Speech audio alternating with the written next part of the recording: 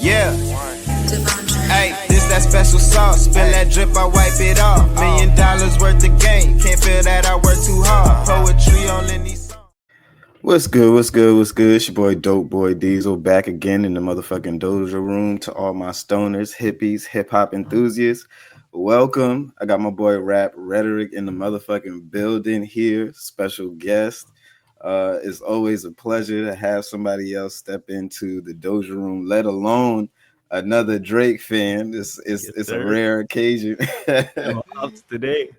Yeah, facts. We definitely got to get you on one of the debates because I was out here holding it down by myself a couple of times. But, Fuck, is this a 20v1? Exactly, right. But we good for those. We good for those. But yeah, man. Just tell the people who you are to all my subscribers, all the people who love, coming and hearing what I got to say. Tell the people who you are, man. Yes, sir. Well, yeah, me and Diesel, we met through the OVO community, Club Paradise. Started talking on there. Realized we were both creators on YouTube, so we were like, "Fuck it, we should do some collabs." Start talking. We always get along in like spaces and just talking shit on X. So here we are. Facts.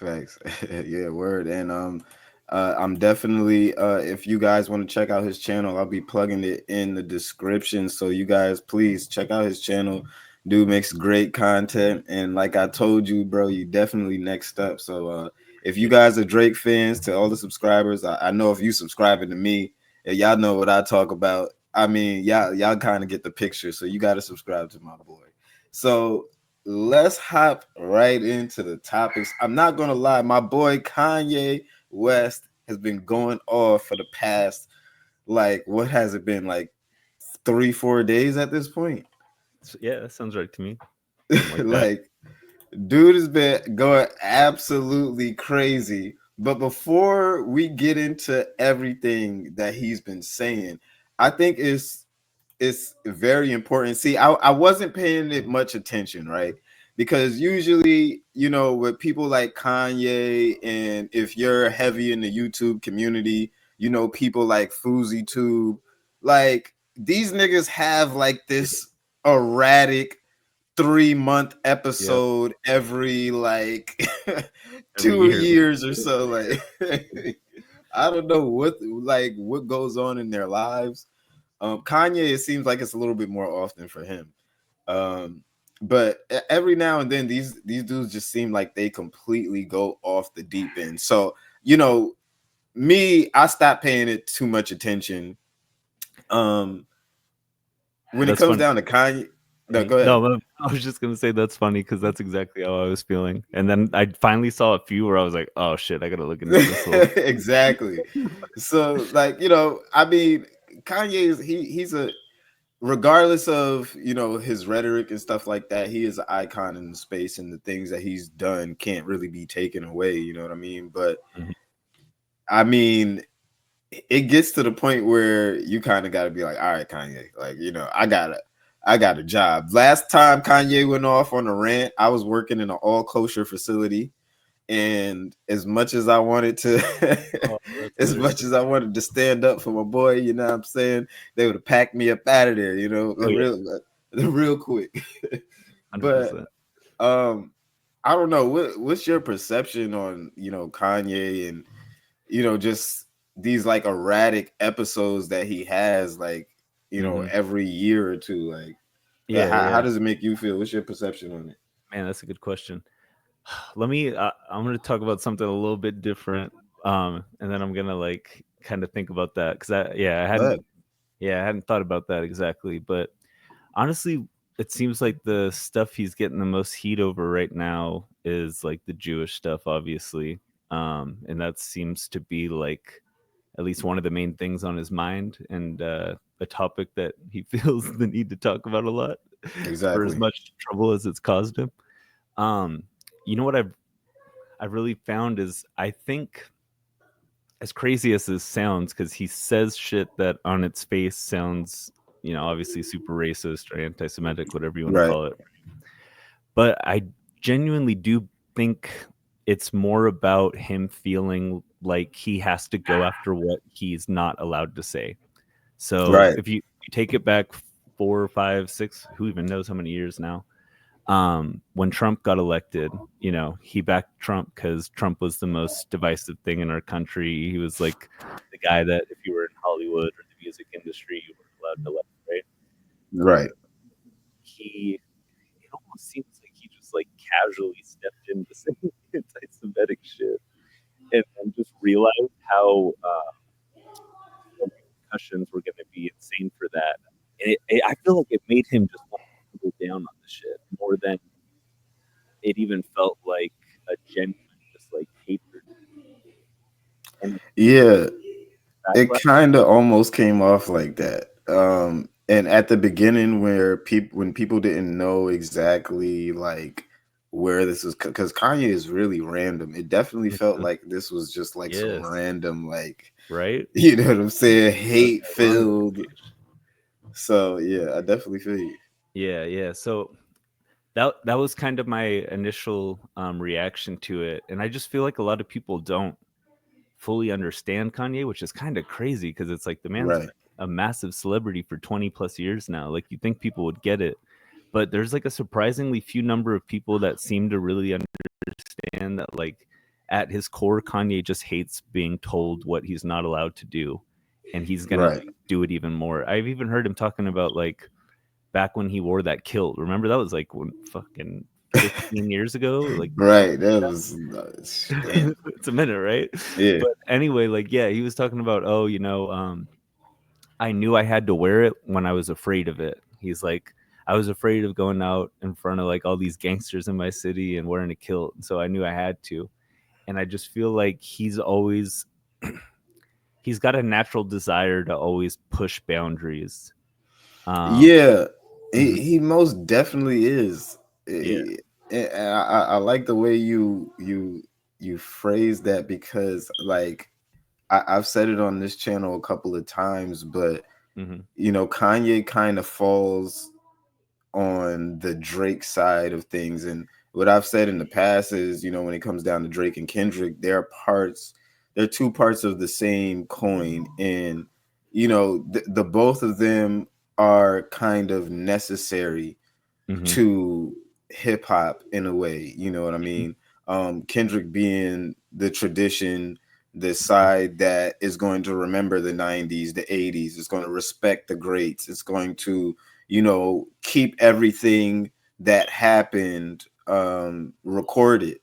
And that's why a lot of the fans and the people who gravitate towards that side, they kind of have this standard of this is what hip hop should be. But Hmm. the side of the coin that Drake and Kanye fall on is the side of evolution. It's the side of growth.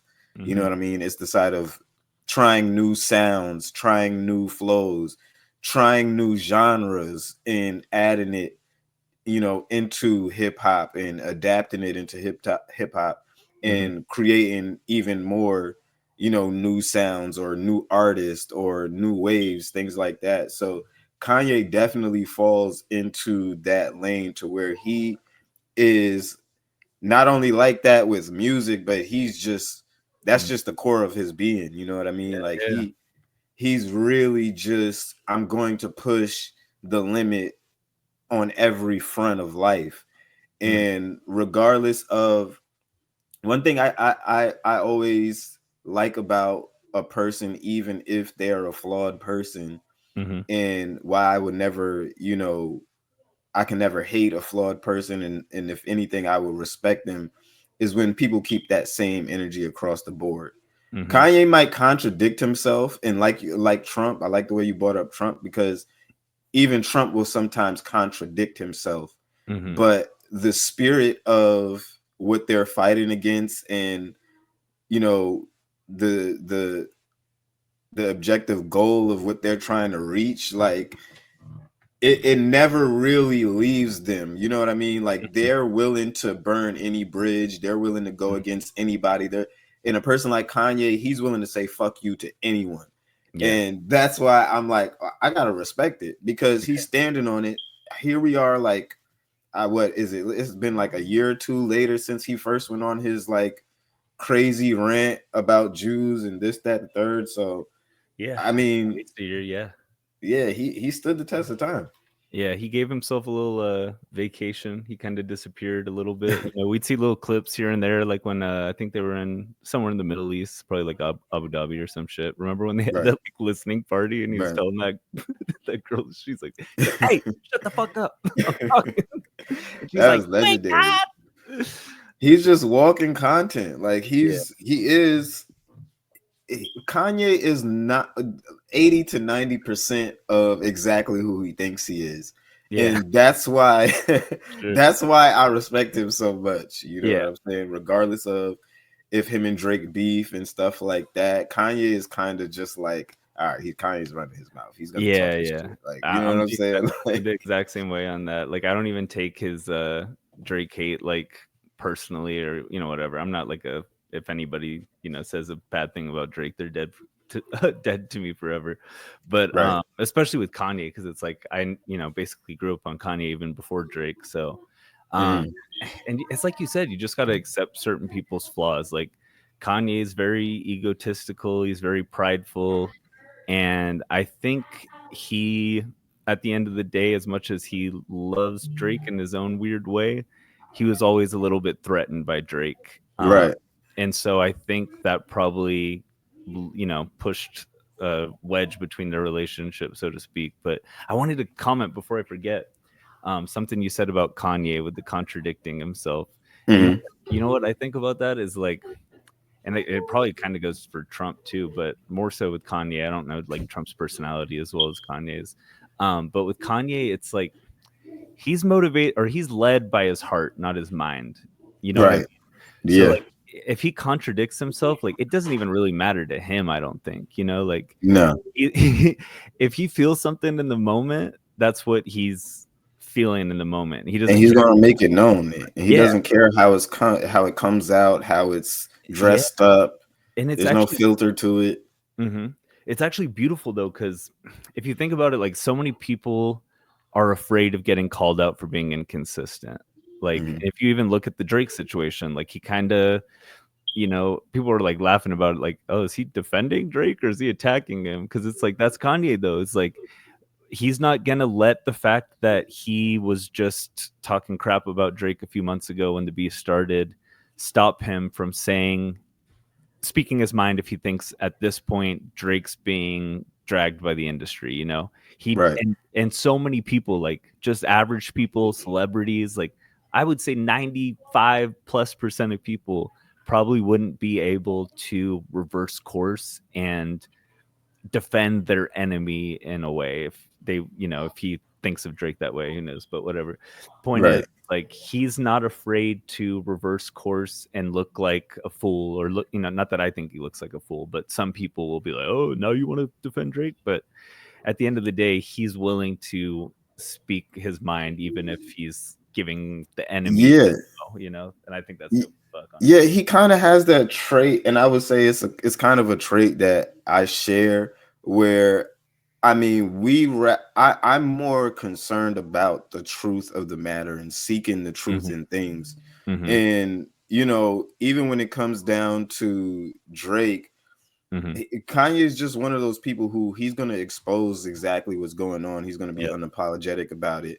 We Mhm. we seen at the beginning when he had the interview with Justin LeBoy, he exposed it. He said, Mhm. I'm energized. This is the elimination of Drake." He Yeah. called the play. We Yeah. we knew exactly. See, nobody nobody really wanted to come out and just say exactly what it is as far as these hip hop outlets and Mhm. things like that. I think maybe Academics was the only person who was willing to Mhm. call it for exactly what it was. But Yeah. we got to be honest, it was exactly that. It was the Mm. elimination of Drake. Yeah. And Kanye just put, no, yeah, this is what we got. This is what we all came together for. Yeah. This is what Yeah. it is. So now I think, and this will roll into the tweet that I had, because Mhm. I feel like this is very interesting. Oh, Now we're rolling into this space let me zoom where I in. feel like Yeah. Kanye doesn't like that Woo. Kendrick is the guy Come on. who Sorry. Sorry. he he perceivably took down Drake.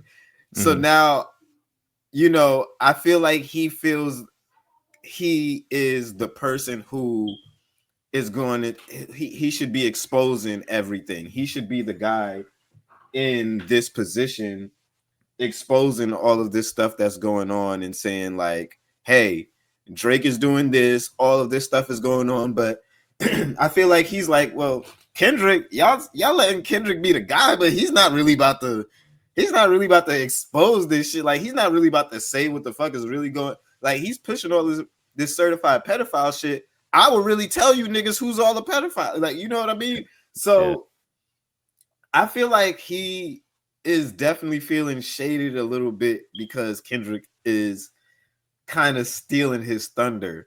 But this tweet right here is the most. This is what made me start paying attention to what Kanye was saying. Bro. I'm like, wait.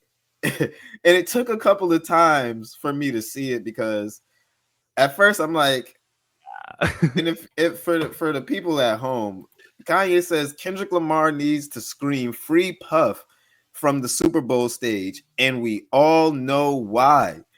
And I'm going to respectfully leave it light just like that. But that's the hypocrisy. One nigga is in jail, the other nigga is at the Super Bowl. So, bro, when you hear that, what's the first thing that just because I don't want people to think that I'm just over here trying to build a narrative. What's the first thing that comes to mind when you see this tweet and you're like, hey, the gears just start going? Yeah, I'm so glad you asked me that question because right before we got on, I was in a space with some Drake fans and shit, and it seemed like, well, I think I probably only heard one or two people say this, but it seemed like they took that to mean, oh, did he hit Cassie? Kendrick hit Whitney, blah blah blah, right? Exactly. I actually went even darker, bro. I was thinking about the whole TDE situation with their recent lawsuit situation with the sexual assault, sexual battery, and sexual harassment accusations. And so I was thinking about that for some reason, even though I get it. I guess and Dre as well. Yeah. I guess it's Dre as well. The I mean the Diddy hitting Cassie video is freaking brutal, right? But yeah, it seems like now they're more focused on the sex trafficking case because like at the end of the day, you're not going to jail for life for hitting a woman. Like, as sad as that is, you'll actually get more time for sex trafficking, and which in a weird way is super screwed up. Don't get me wrong, if you're sex trafficking someone against their will, that's as bad as it gets. That's way worse. But if you're talking pimping, classic pimping is basically considered like sex trafficking nowadays, which I only like up until like a couple of years ago when Andrew Tate started going through it and I started reading the case. I'm like, oh, this nigga was pimping. Like, you know what I'm saying? Like, he was just pimping. He wasn't really doing nothing. Like, I know pimps. I know plenty of pimps. Nigga, I got a couple pimps in the family. Like, But I mean, apparently I was like, okay, pimping and parenting apparently in the year of 2025, that's considered like sex trafficking, bro. Shit like that. I'm like, okay. How old are you, if you don't mind me asking? I'm 29. Okay, perfect. So we're about the same generation. I'm 2 years older, but I just turned 31, so we're real close. But anyway, thank you.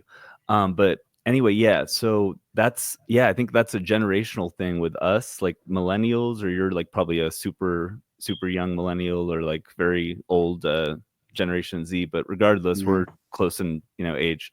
I think these like younger 20-year-old people think of sex trafficking, like you said, like as pimping, whereas our generation thinks of that as like some taken shit, like you're fucking kidnapped, you're sent to like billionaires on a boat, like that's how like I feel like we kind of grew up thinking of but that. I kind of feel like it's the opposite because with this last administration that just left office and us going like the pendulum swung crazy. And it's why so many figures like Kevin Samuels and you got like Fresh and Fit, Andrew Tate, all of these people popping up was just because so much like this feminine energy. And I hate to, because like that shit is all of this shit is so burnt out at this point. But no, I get so much of these feminine like outlooks on how things should be done like kind of took hold, and we were in a real state of we were in a place in the Western world where words didn't matter, definitions didn't matter. Any time, you know, somebody can just tack on a random meaning to a word, and you know, it was just a whole place of disarray. So no, I know I mean, exactly what you mean. yeah, I feel like now we're only just coming back to that, to where like words actually mean something again and shit like that. You know what I mean? Depending on the audience and the people you're around, but yeah, I feel there's like a little bit of a pendulum swing back in the other direction. Exactly, and right? I feel like you know what they say, the older you become, you know, you start to become more conservative and things like that. So the world seems like it's getting too crazy and shit. Yeah. So it's like, I don't know. I feel like the generation that I was raised by, which I always hung out with older dudes, and I would hang out with dudes my age too. But you know, when I moved back to New York, and I got together with my family, the most people that I would hang out with were 30, 40-year-olds. And you know, their outlook on gave me, sorry, real quick, I just had to say, you gave me New York vibes for some reason. I didn't even know now, but yeah, I felt that in the sense. Yeah, that's where I'm from. Keep going, my bad. That's just, I don't know, they came from a time where obviously, you know, things like that were a little bit more widely accepted. It was just one of those things. It was almost like how YouTube was. You could fucking say anything on the internet. You could fucking no, you can that's get what away I with would say murder too. Yeah, that was my point. Sorry, I might have worded it weirdly. I'm just saying, like, our generation, like, let's say 29 and up, and I feel like 21 and under, 23 and under, like they just view everything a little bit more extreme. Like, I mean, people are calling academics a pedo, and I'm like, he's talking to a 15-year-old about stuff he shouldn't be. It's inappropriate. It's, you know, all this stuff. But like, but it's not grooming. Like, he's are not we trying to fuck the kid. I'm like, come on, man.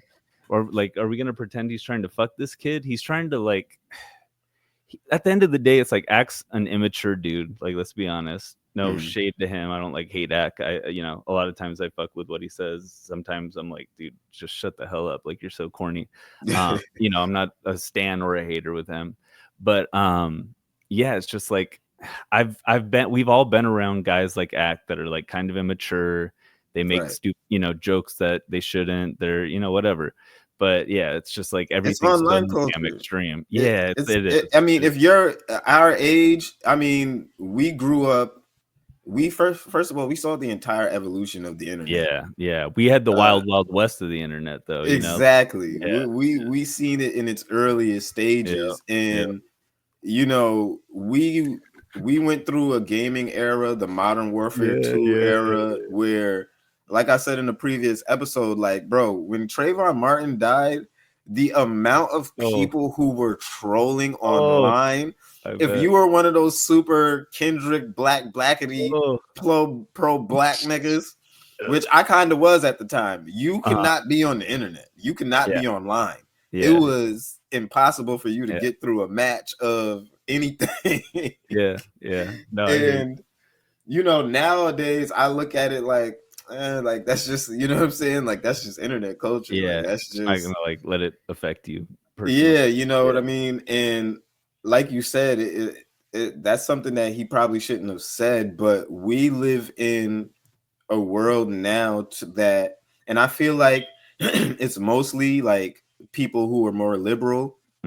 They use all of these gaslighting tactics, buzzwords buzzwords, exactly, to like demonize to demonize you, to try to pack you up and get you out of here, silence you, of course. And you know, I seen right through that, because at the end of the day, nobody really came to this kid's defense. I mean, Screwface is running around posting this fucking video every 2 seconds, but ask him where the proceeds of that video were going.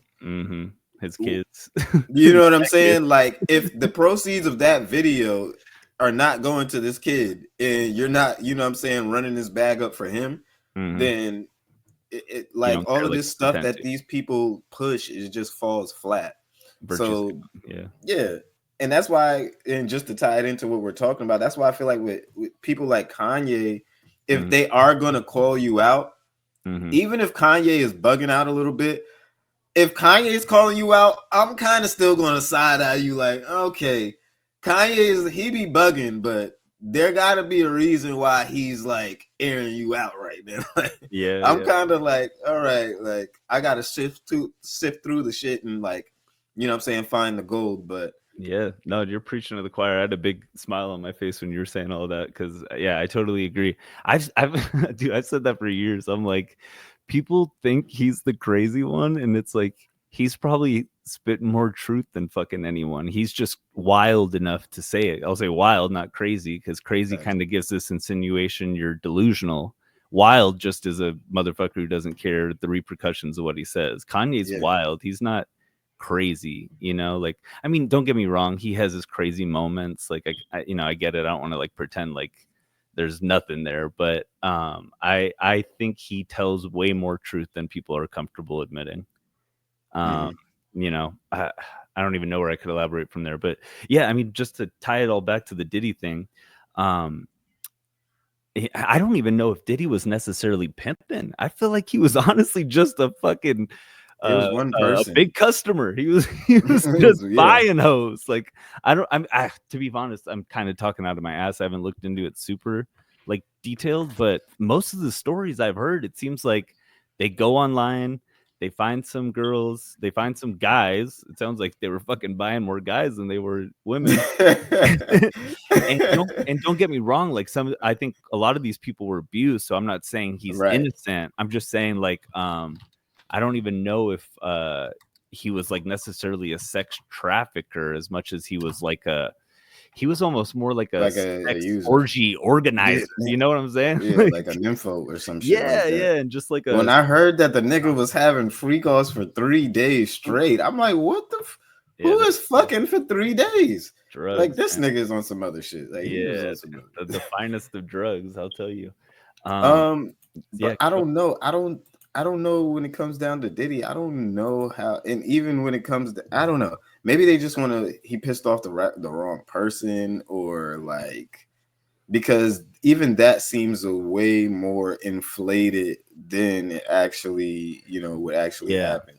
Yeah, well, not my guess. I feel pretty confident in it, and I think it's why a lot of people don't feel any need to defend him. Is like when you see a dude go that fucking crazy on camera with this girl, like people are Right. just gonna at that point assume the worst. You're never gonna get the benefit of the doubt. And my guess is plenty of the accusations against him are true. I don't want to defend him in any way, but I get what you're saying as far as like it feels a little bit more coordinated for a reason, because I'm sure there Yeah. are plenty of celebrities that are doing very similar shit that aren't going to be going down for this. For sure, for Yeah, sure. yeah. So One thing I you understand learn. people come in there. Yeah, sorry, you're good. No, no, yeah, you're good. But no, what I was gonna say was, one thing you learn about, like, being around a lot of these celebrities and things like that.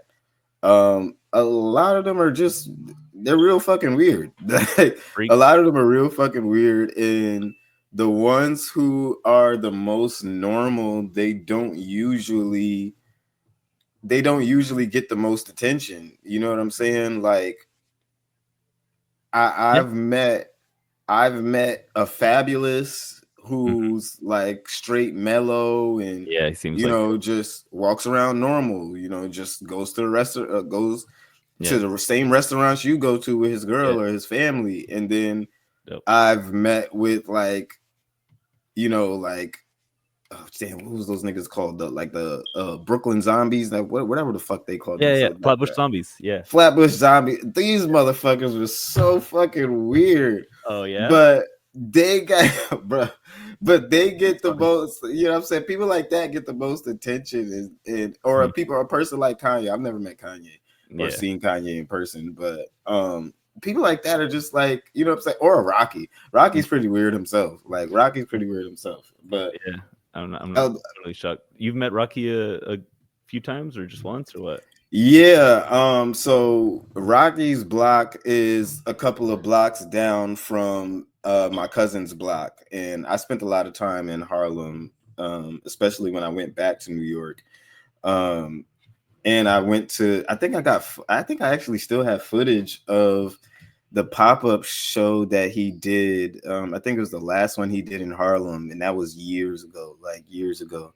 And me, my brother, and my best friend, we went to that where he was selling these fucking ugly ass shoes.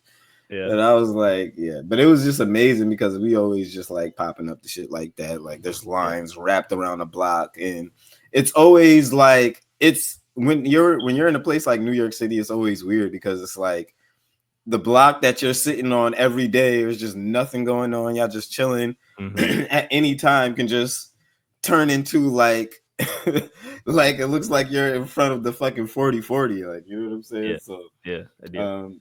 but yeah, I put him, Cameron, Jim Jones, Dougie Fresh, his sons, even Diddy and his sons. Oh shit, that's hilarious. But when it came down to Diddy, I didn't see. I maybe because I wasn't close enough, and whenever I did hang around anything Diddy associated, it was just with his sons. Yeah, But it seemed fairly normal. Everything was. I mean, I even met Christian's mom, Miss Misa Hilton. I stayed in their house. I stayed in their house. Oh shit. The outfits that she designed for How Do You Want It with Tiana Taylor in King Combs. I literally slept next to those outfits, passed out drunk and high. Me and my cousins, before they shot the video, while she still had them in her house downstairs in her basement. So like I've been around a little bit, and it's just weird because it's like, I mean, I've never seen it, heard of it. Yeah. So, you know, when it comes down to like, it seems like it was something like a little bit more. That's great to hear. Sorry, I didn't mean to cut you off. Keep going. No, yeah, it seems like a little more personal. I don't know, but yeah, go ahead. Yeah. Okay. Yeah. So I was just gonna say that's so funny to hear because, you know, anytime a celebrity says that, like, you know, internet culture, it's like everybody wants to assume the worst, right? Like no one wants to believe that not everybody at the Diddy party was a damn sex trafficker, you know, like people just, you know, I feel like people, honestly, if I'm being 100% real about it, I think at the end of the day, a lot of people aren't happy with whatever they're doing in life or where they're at in life. And so they're jealous of celebrities. And so when there's a big story like this with Diddy, they feel justified. It's like with Drake. They finally felt justified with their hate. And so with Diddy's whole situation coming out, now they can feel justified with hating every celebrity who was at a Diddy party and pretend like they're all, you know, as bad as Diddy. And, you know, I just think it's more about personal, you know, jealousy and personal reasons than they're being honest, because it never made sense to me. Don't get me wrong, I'm sure I've heard this, you know, at least from people that have admitted it, that like even the let's, you know how they say there's the party after the party, even the first party, from what I hear, is wild. Like there'll be women, you know, walking around with their tops off and stuff, but it's not like a full-blown freaking orgy, drugs, you know, like they're not taking lines off like a woman's tits like in front of everybody. I mean, maybe it's not like fucking Project X every time, you know. Yeah, exactly. Diddy throws a party.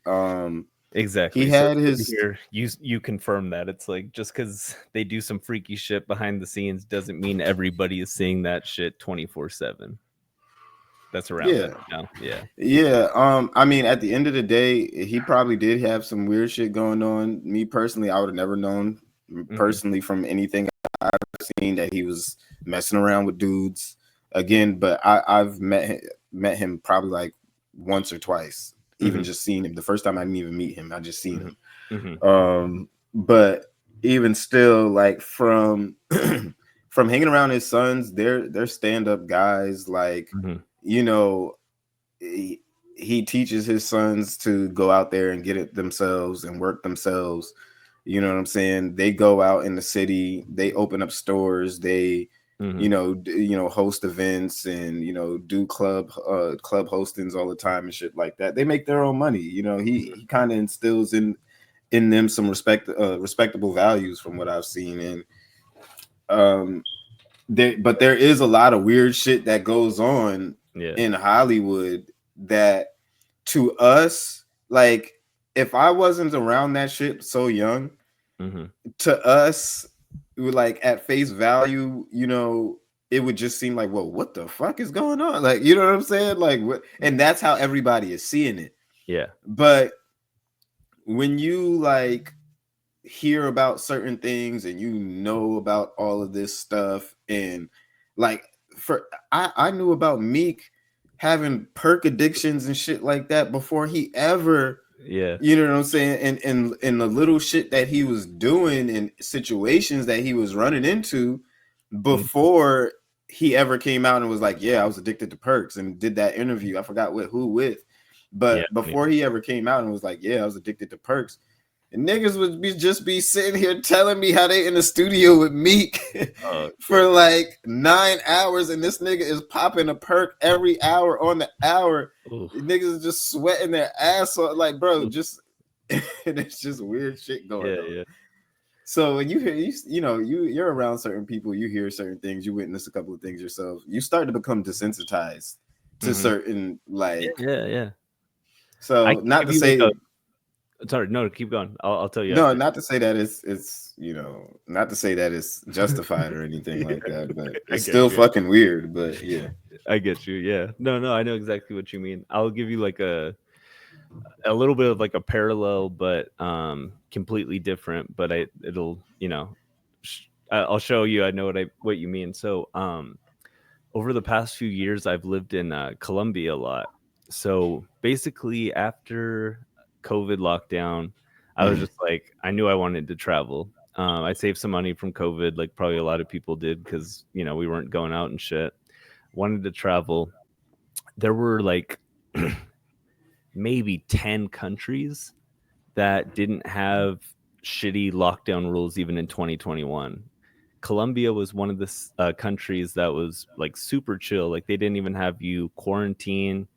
And I had a couple friends in college that were both from Colombia, and they both spoke super highly of it. So I was like, all right, fuck it, let me check it out. And then what's so funny is now like Colombia has become this fucking hot spot that like everyone travels to. But I was kind of at the very beginning of that, whirlwind of that becoming like a trendy place to travel. But anyway, passport bros. Yeah, exactly. Now it's like a freaking, you tell people you go to Colombia and they're just like sex trafficker. But no. But anyway, the culture there, especially if you end up meeting the right or wrong crowd, whatever you want to call it. But the culture there is very like wild, kind of like in a Hollywood sense, where it's like a lot of people are doing like hard drugs at parties, or they're like having fucking orgies and shit. Like none of that stuff is nearly as crazy there as it is. I had a friend. I don't even know if I would say a friend, but I knew a guy there that was like one night just started like doing drugs at the fucking dinner table. It's like some wild shit. Like if that shit happened in the US, you'd be like, what the fuck is wrong with this guy? Yeah. In Colombia, it's just like different rules. Like you'll just see some shit that people assume it's Hollywood a different culture. Like, it's like a whole different culture and a whole different level of acceptance of what yeah, and not everybody's like that. Like don't get me wrong, if you're with a more, I don't know, like snobby, and that's not even like snobby to not be doing drugs at the table, but you know what I'm saying, like people, there's also the people that are more buttoned up and are no different than us. But you'll definitely see those, like, so I know exactly what you mean, where it's like if you start to become a part of the culture that seems super wild to other people, it's weird how quickly you'll acclimate to it. You start to, like I said, you start to become desensitized to it, and you see certain things going on and you're like, well, I mean, this shit goes on every day. Like, what are you telling? You know what I mean? It's like you said, like I mean, I've traveled a lot, and it can be something as simple as me like going down to fucking Miami and just rolling up, like you said, just rolling a fucking blunt, smoking at the fucking table outside, Mhm. just chilling. And Yeah, if Miami's I kind was of to like bring a that. girl with me that's never been there, she's like, "Whoa, what the fuck are you doing?" Like, Yeah, dude, yeah. like, and I'm like, bro, like, No one cares. this is just what we do here. Like, this is Yeah. just what it is. And a lot of guys, and I can attest to this too, because Mhm. one of the main ways I always, and I'm giving y'all some game right now. If you live Mhm. in New York, you're blessed. Okay, you're blessed. If you live in New York, California, maybe even Atlanta, any Miami, any major city, really. But if Mhm. you live in a place like New York and you get a girl from West Bumblefuck or wherever, oh my god. I mean, the shit you have to do to impress her is so Mm. minimal. I mean, Oh, yeah, just yeah, take yeah. her across the fucking George Washington Bridge and she will lose her fucking mind. Like, I'm trying to tell you. Yeah. So, the smallest things, and a lot of these guys in the industry, they're just looking to like, I don't know. It's dope. It's dope having that, being that person as a guy who you're showing this girl all Mm. of these first, and you're showing her, Mhm. oh, we're doing this, we're doing that. This is what we, and you're introducing her to all of these things that are normal and that you usually do in the industry. So even when it comes down Mhm. to Cassie and Diddy, I mean, I feel like he, at first, he definitely elevated her to be like, "Hey, yeah, this is what we do around here. This is what Mhm. we do in the industry." I've Yeah. even worked in the nursing home where one of my residents just casually told me, "Look, I Oh, used to shit. go down to downtown Manhattan, Uh-huh. and you go to a certain place where they're just having orgies, bro. They Yeah. just have, or they just, you go there, that's the place. It's a little Yeah. club. I guess they pay their fees or their dues or whatever the fuck they got to do." But Bro. he would tell me how casual the shit was, where you have even some famous, news anchors or Mhm. reporters and things like that, that these people are actors, that these Mhm. people will stop in and Mhm. just go to these places. So, and a lot of these places are just hidden to the naked eye, unless you're just like, I don't know, like you're just a fucking gooner, like you're just a demon, just on the prowl all the time. Like, then you Yeah. wouldn't really know about these places. But you talk to the right people, and I mean, Mhm. the lifestyle does it to you. Like, I've Mhm. been close enough to that side of the glass to be like, okay, yeah, like it's close enough to touch, but how do I get over this shit? Like, Yeah. you know what I'm saying? Yeah. So, Yeah, I it, my ex dated or not, no, she not date. Her her uncle dated or was friends with somebody that worked for the Las Vegas news station, right? And he went on this like party bus that they did randomly. He said they were having a full-blown orgy on the party bus. He said he had to get off because it smelled so bad. And I was like, holy shit. And he was like, everybody just going at it. Like just fucking, local news. So like if local news people are that fucking crazy, like imagine. yeah, I Yeah. mean, and we spoke a little bit about this, but like, bro, power and money, it does something to you. You know what I'm saying? Because I like I said, I've seen it firsthand. Certain people who wouldn't look your way are suddenly willing to be at your beck and call, and a lot of Mhm. people don't know how to handle that. So when you take people like Kanye, like Diddy, Mhm. who have spent like the past 15, 20 years or Mhm. 20 plus years experiencing this certain lifestyle, Mhm. it's hard to, you know what I'm saying, for them to like understand the reality of, How it most looks to other people. people. Yeah. Yeah, most people, this looks crazy to most other people. Like, you Mhm. know what I'm saying? Like, even look at Kanye and how this motherfucker is, he's getting caught just doing all type of crazy shit. Like, Mhm. him and his wife she just casually giving him head and just Mm-hmm. in the middle of the public, like just crazy shit. But a lot of these guys are like these motherfuckers are some real degenerates out here. Yeah, So yeah. like, I think you I nailed don't it with know. the power thing. Like when you have that type of power where you're not going to get in trouble for it, like it's not a big deal to them.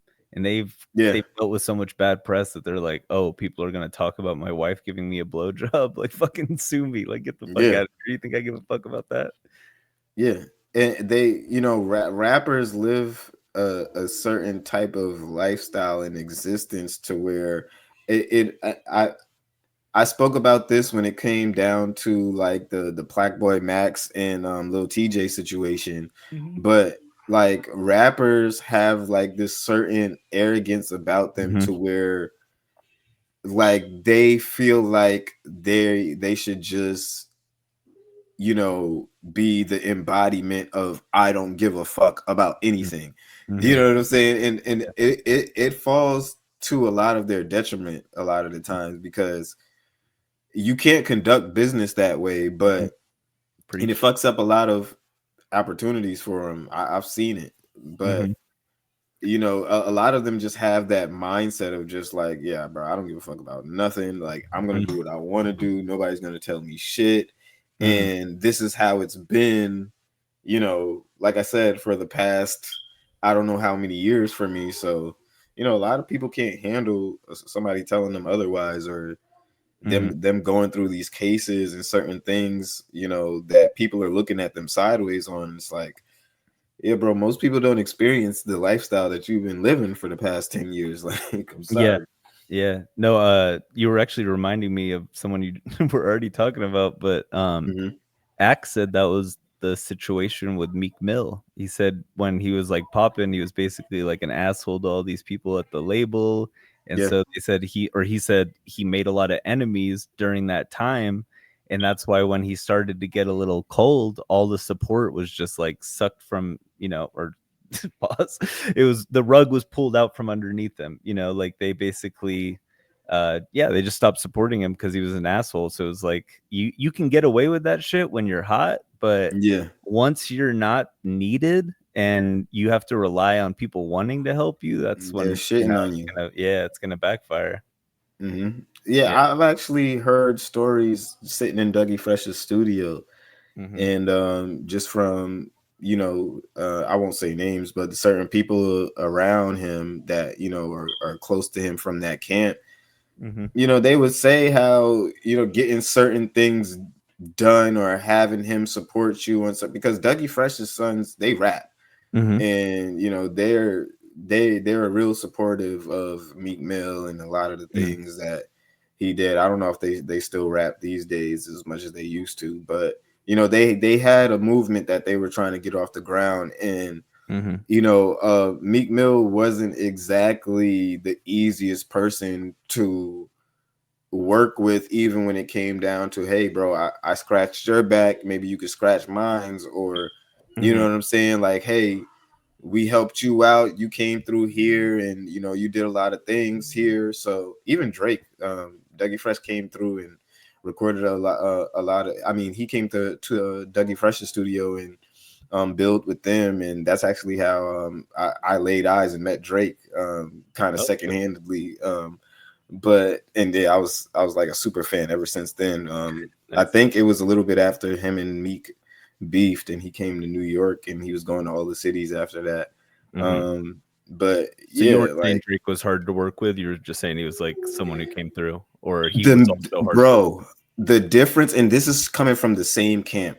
with. The Mm-hmm. difference of how these people speak about Drake versus how Oh, they spoke about Meek Mill, nice. you see why a person like Drake, like my cousin was like, bro, Mm-hmm. and I sat there and looked at the motherfucker. So we're I think, did he perform in the Barclays Center? I think it was the Barclays Center Mm-hmm. that he performed in that year that he had just like eviscerated Meek Mill.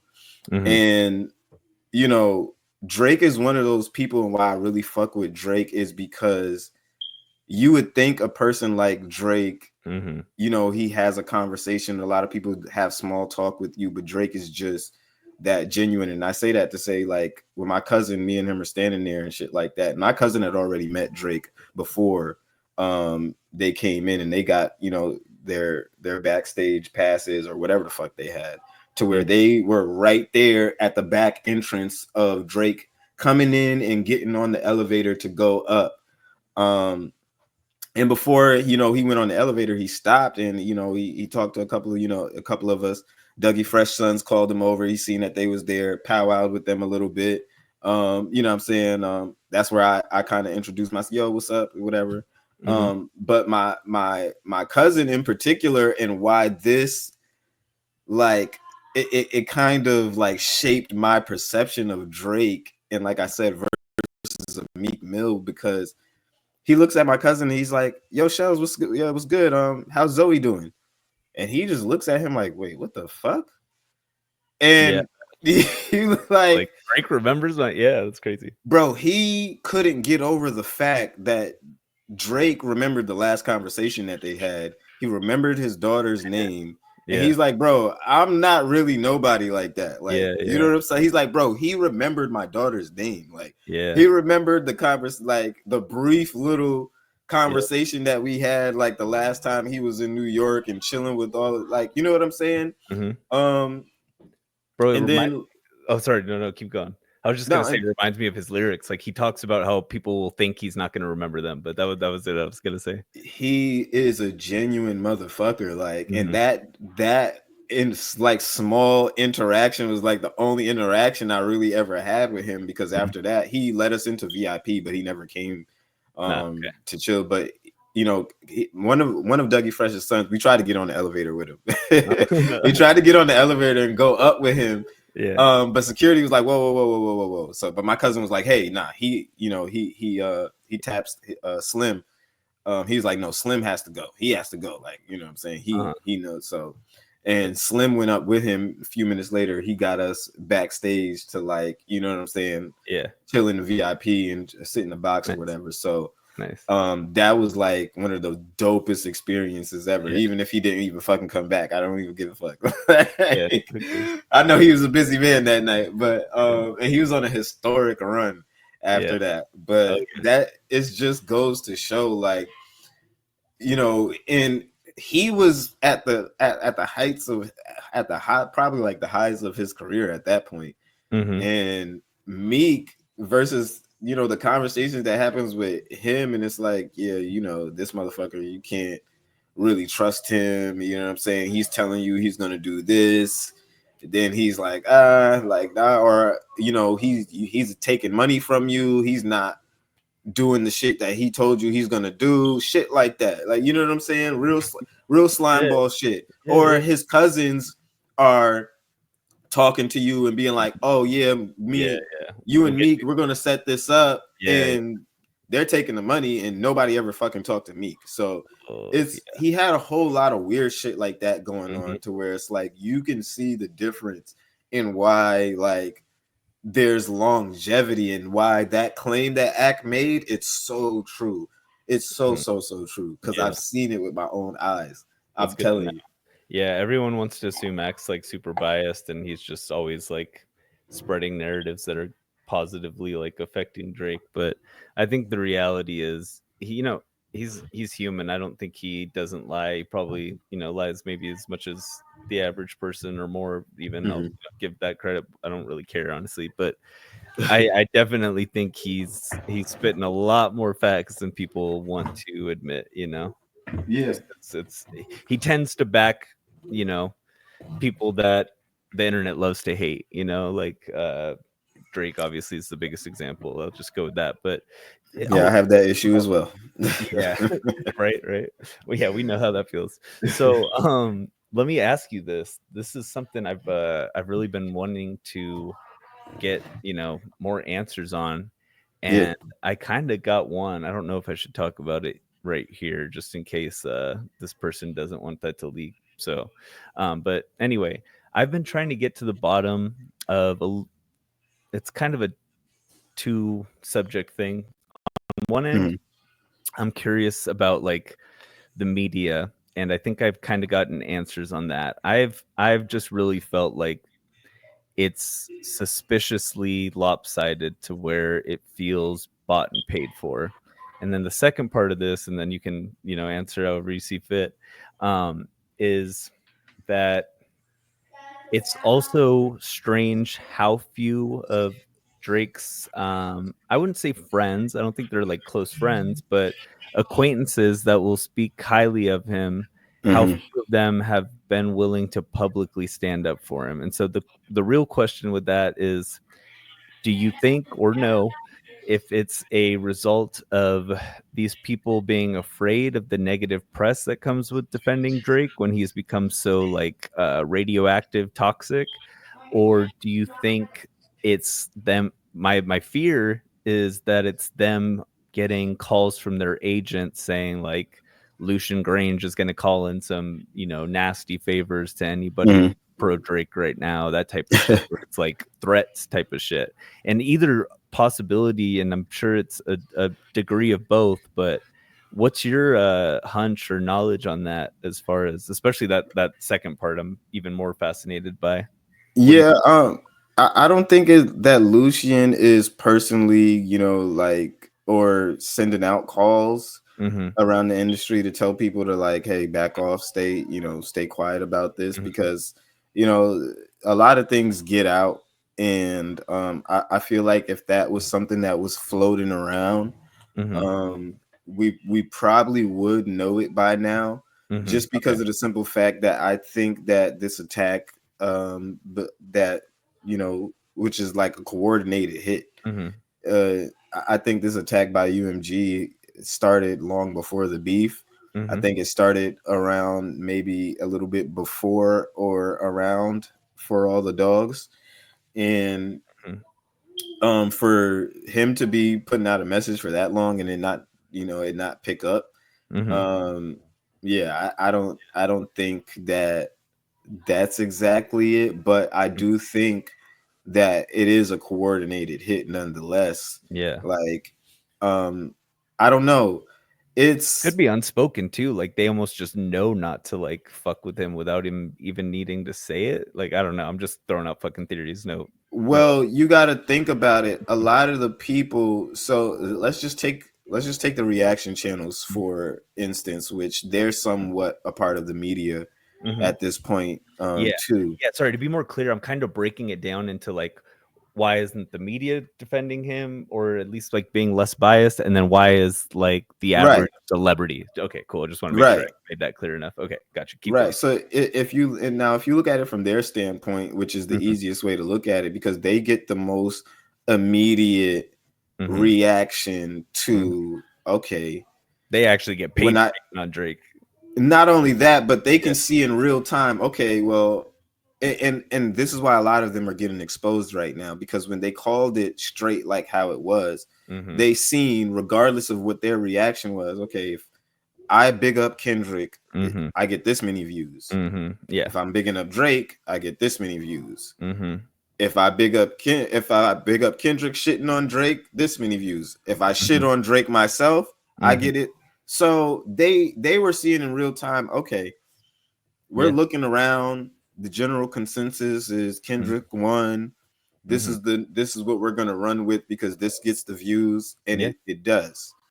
Mm-hmm. It what gets the views, and the easiest way to grow your channel right now is if you spent the past year shitting on Drake. It might be a little bit too late on it now, but if you Yeah. spent the past year shitting on Drake, Yeah. then your channel has grown significantly, and I Mm-hmm. promise you it has.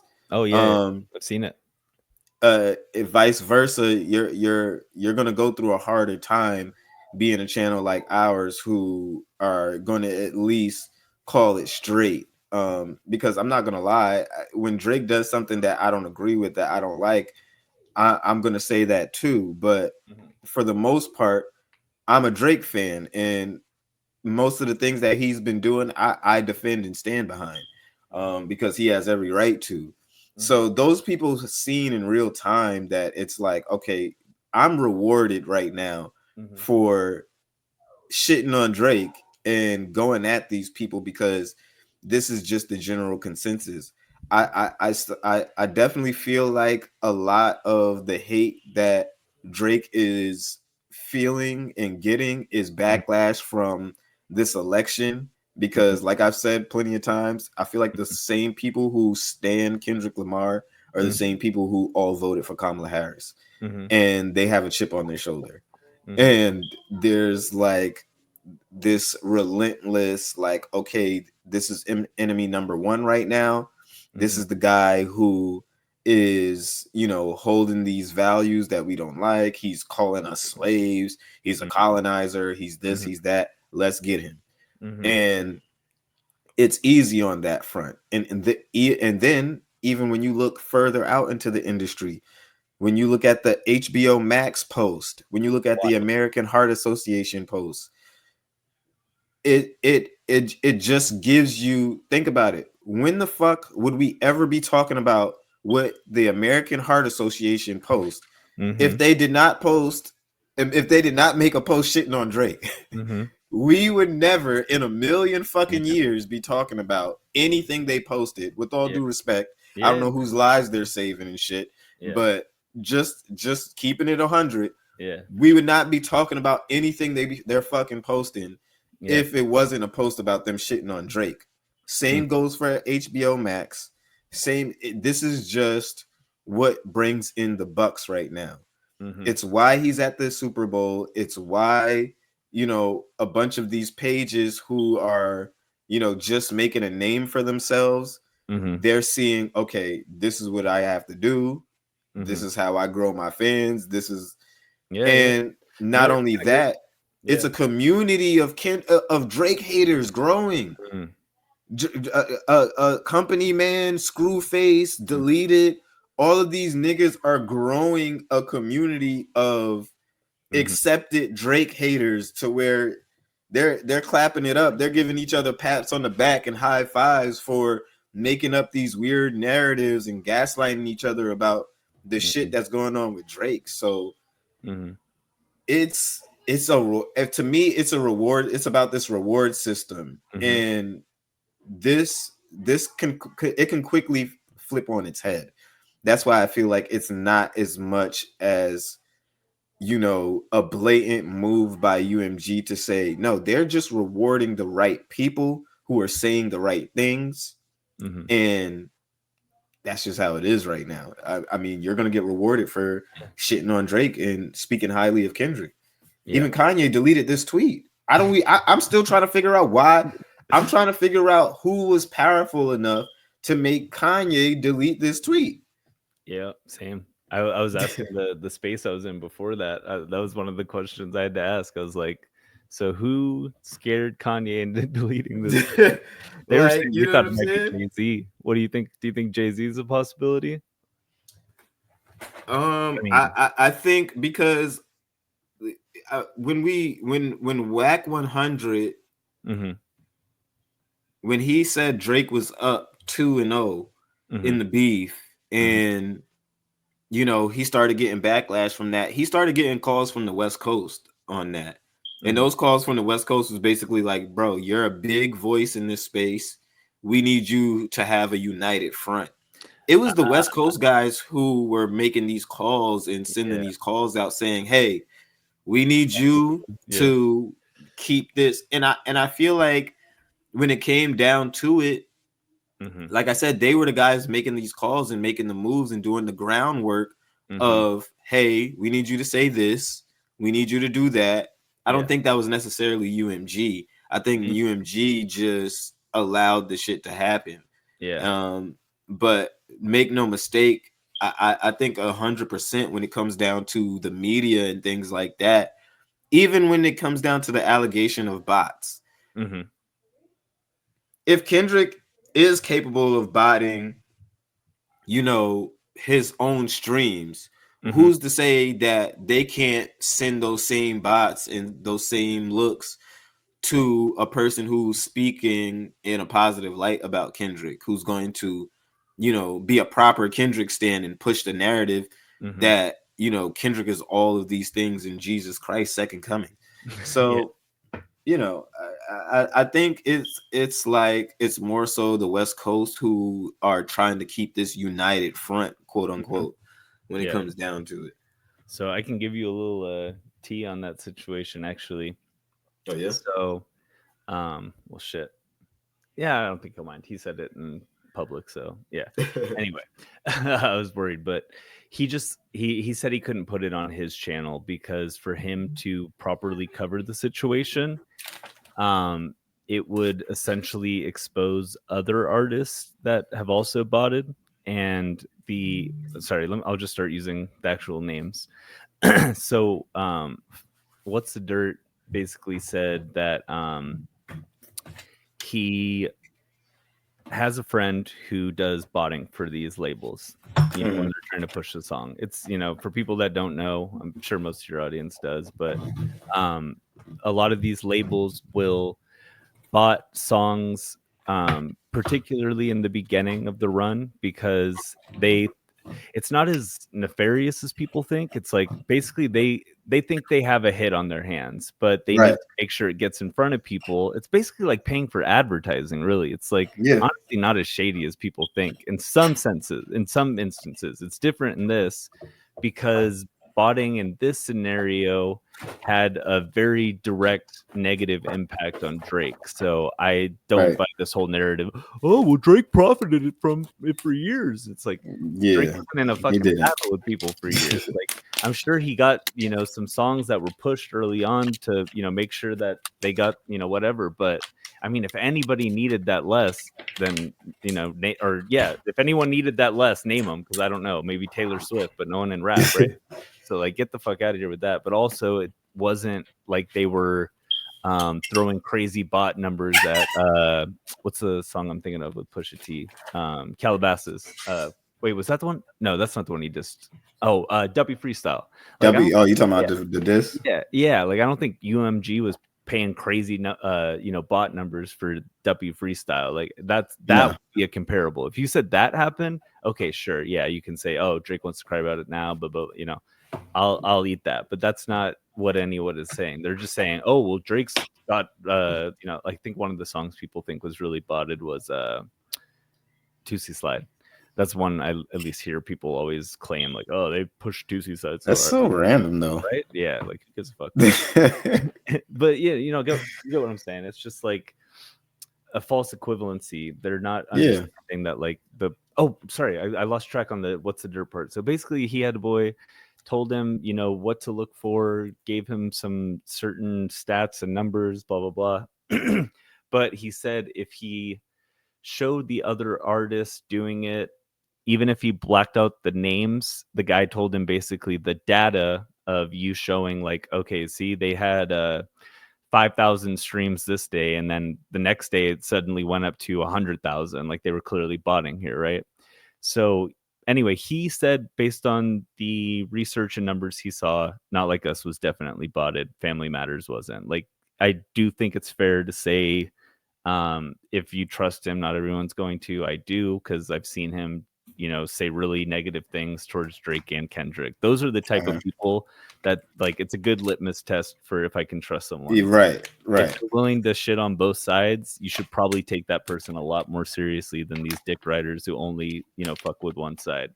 So, I mean, and even Ack, you could say Ack said a decent amount of negative things about Drake this year. As much as people want to call him like the biggest, Drake glazer, it's he's not even as been bad as pretty some critical. pro Kendrick like people. Like, how many times have you heard a pro Kendrick person say a negative word about Kendrick? It's like pulling fucking teeth to get them to say a negative word about Kendrick. I haven't heard it yet. I don't know if I have. It doesn't happen. Like, you I don't know cannot if do I it. have. That's why I always say it's a cult, because like you will not hear them say a critical word about Kendrick. Like, not what's the dirt? I already said he's an example, but the other people, in general, like people who are pro Kendrick are like 100% pro Kendrick. But anyway, so I believe him when he said UMG was botting it, even though he's not going to put a video out on it because he can't do it without, unfortunately, exposing other people. But yeah, I do think that was the case. But to your point, once that narrative happened, once Kendrick, quote unquote, won the beef and it was all over, then I think the financial incentive could have just come from the YouTube algorithm, like you're talking about. Yeah, So I think yeah, there's levels of truth to both sides. Like it's not always orchestrated, the coverage, but it definitely was orchestrated to tilt in a certain direction. And then once it did, most people nowadays are just like wave riders. It's like yeah. once the momentum's going in a certain way, most people are gonna hop on the bandwagon. Exactly. Yeah. And a lot of the times with YouTube, once a certain narrative or traction, just think about all the movements. Mm-hmm. Like what's going on with Kendrick is no different than, what happened with like the Manosphere a Mm-hmm. couple of years Mm-hmm. ago, Yeah. to where everybody was making all of this content and they were blowing up from this It's the same exact thing that's happening here. Mm-hmm. But a lot of people in this case were Drake fans. A lot of people in this case. So like we're going to see through the next couple of years just how hypocritical these motherfuckers are. Mm-hmm. Because then you have to come back and Mm-hmm. and face the fact that he's still here, he's still dominating, You did. and he's still putting up numbers, running laps around you niggas. And Mm-hmm. then when it comes down to the case of bots, like you said, I mean, Drake just doesn't have to pay for play.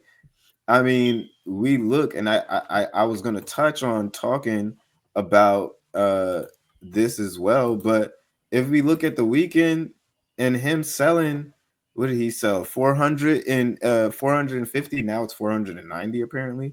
Mm-hmm. Um, selling 490 units, Mm-hmm. but in all actuality, he sold like what 130. Mm-hmm. It just goes to show you, it's like, man, these motherfuckers can't compete with Drake. And this is the reason why he feels the way he feels, and rightfully so. It's because look at all the things you guys have to do, or pull out all the stops. I mean, I went through the weekend's website and just looked at all the shit that he's selling Mm-hmm. with a album sale. And this is why it's like when it comes down to competing with a guy like this, it never translate, because your pure numbers are not there. Like you can artificially prop these people up all you want. And for me personally, I have never listened to an entire weekend project, but Mm-hmm. that's just me. Mm-hmm. So I've never understood. First of all, when he first came out and he was, making the songs and doing all it, and his hair was all crazy, that's when I fucked with the weekend. Once he cut his Yeah, hair yeah, same. and went super mainstream, Yeah, like yeah. It was I was dark. like, I don't know what's going on anymore. You know what I'm saying? Exactly. I like raunchy, Yep. Drugs weekend, and fucking. drunk, pilled up, Yeah. drugged up weekend. Exactly. Maybe that's bad, but No, I don't 100%. know. I'm the Not exact. to say that he's not still on drugs now, because a lot of these motherfuckers, I mean, he still Yeah. does look like a motherfucker who sniffs a little coke. Yeah. But Sure. Yeah, he went pop as fuck. Basically, is at the yeah, yeah.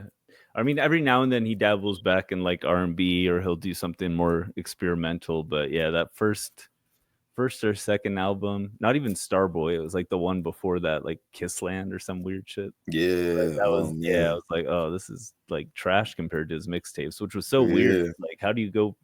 How do you get worse? It's like your career's going on. But yeah, no, I'm the same.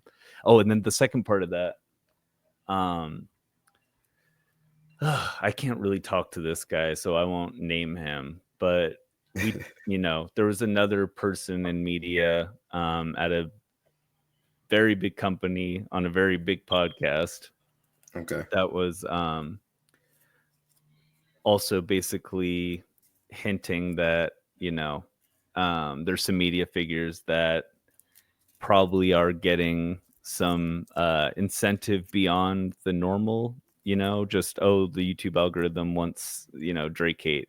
It seemed like, mm, and I think it was probably especially happening early on when the narrative could have still like swung either way. really, um, yeah, I mean that's my guess, because it's like once it's already turned, there's no incentive for them to push you towards a certain thing. But I basically just asked the guy straight up. I said like, um, I told him what I told you. I said it feels like the media coverage is so skewed that it doesn't feel natural. Like, do you know if there are people getting paid, and he was basically saying like, well, everyone's got a price. Like Yeah, I it, mean, it bro, this sounded like game is trying to so tell me, yeah, cutthroat it's and about fame. dirty. Yeah. Yeah, this game So is so cutthroat and dirty, bro. Like, to be honest, when you start getting to certain, that's why I said it's not even rappers. When you just start getting to a certain level of fame and mhm, money, it sounds so cliche, mhm, but you start seeing a different side of people. You start mhm. seeing people do things you might have thought they would never do. You start seeing people do things that are completely out of character Yeah. because a lot of people react to a situation that they may never get again, a opportunity that they might never get again, or something Mhm, like that. mhm, A lot of people react to that situation very differently, mhm, and a lot of people will do just about anything, to be in a position to have the clout, the money, the whatever it is that they desire. So you mhm, see some of the craziest things out of people, and I'm not gonna lie, it wouldn't surprise me that people are like, look, you want me to push a certain narrative, you want me to make a certain couple of videos, and it's easier right now because we're kind of still in the wild west of YouTube media, mhm. because it's still not widely accepted that this is where media is at Mhm. this point. This Yeah. is where you're going to get the news. This is where you're going to get your updates and shit like that. It's going to be people like us doing our jobs day in and day out. And right now, there's no real, you know, transparency as to why you might be saying the things that you're saying and shit like that. Like me and you, we've broken down a little bit of why we have the views that we have, but everybody's not really like that or can explain that, because a lot of the time a lot of people's views and opinions are bought. Mhm. And sometimes you just have people with the personality type too. I think that falls Mhm. into it a little bit, Yeah, yeah. No, because 100%. Yeah. yeah, I've been around a lot of people who are just hustlers and go-getters. And those people I actually respect, because they don't give a fuck about the narrative, the beef, the what's going on. They're Yeah. following the dollar strictly. Yeah. So, you know what I'm saying? And they're less willing to sugarcoat it. So, usually when you're dealing with a person like that, they'll be straight up and let you know, like, look, I'm talking about this because this is the most popular shit on the internet and everybody's talking about it right now. So I might as well give my opinion on it. And those people you can usually respect, but at the same time too, they're a little bit more transparent. It's the people like I said, the company mans, the screw face, the people who, like, they almost have this nefarious way about Yeah. going about how they report on Drake and the people that they don't like, because like I said, they use these gaslighting tactics, they use these weird buzzwords and shit like that to really drive home whatever they're trying to push, but it kind of comes off a little crazy to me. Yeah. Yeah. No, I feel you.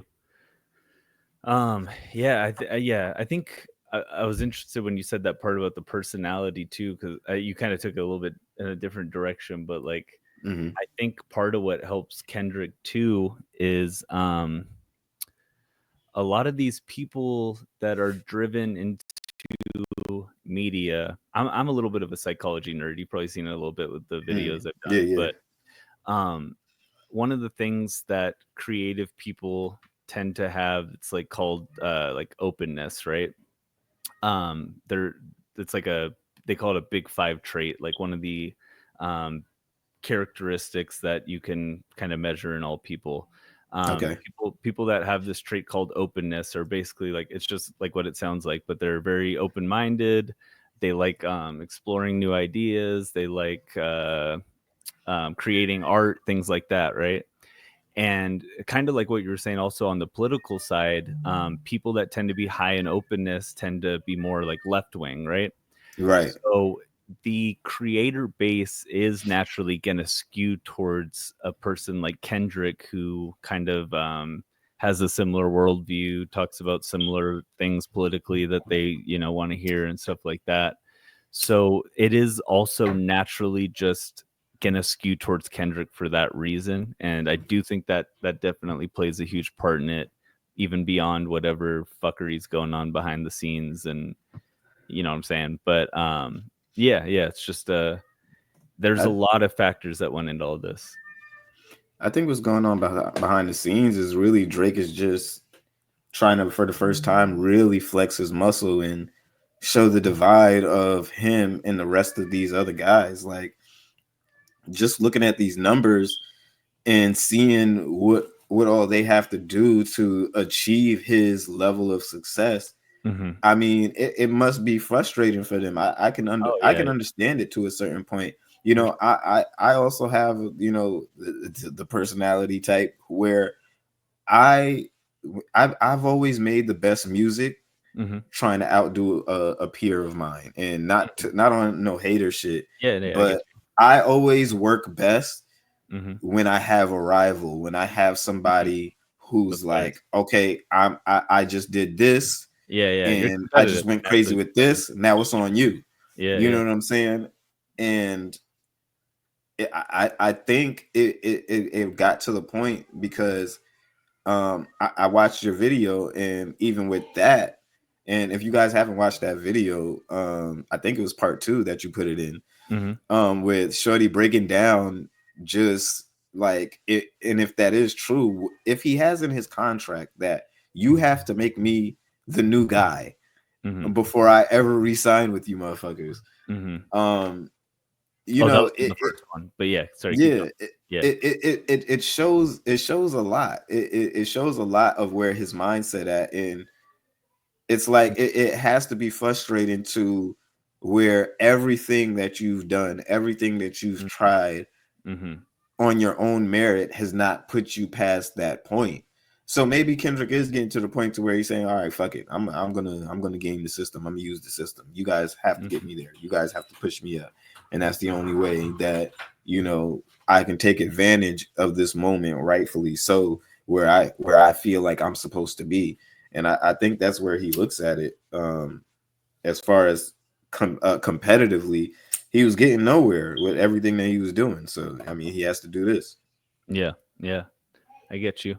Yeah, I mean, yeah, because Kendrick's just like that. Like you said, described yourself as where that competitiveness is what drives you. Like Kendrick's talked about that. I think I showed it in the video. Like it's a very core part of like his personality, or at the very least his creative purpose or whatever. Like that was one of the clips that I was kind of most excited to find out, because Mm-hmm. I think even some Kendrick fans and some Drake fans, there is actually like a little bit of a decent amount of variety on what people think motivated it, which was why I really wanted to like dig into that question during this series.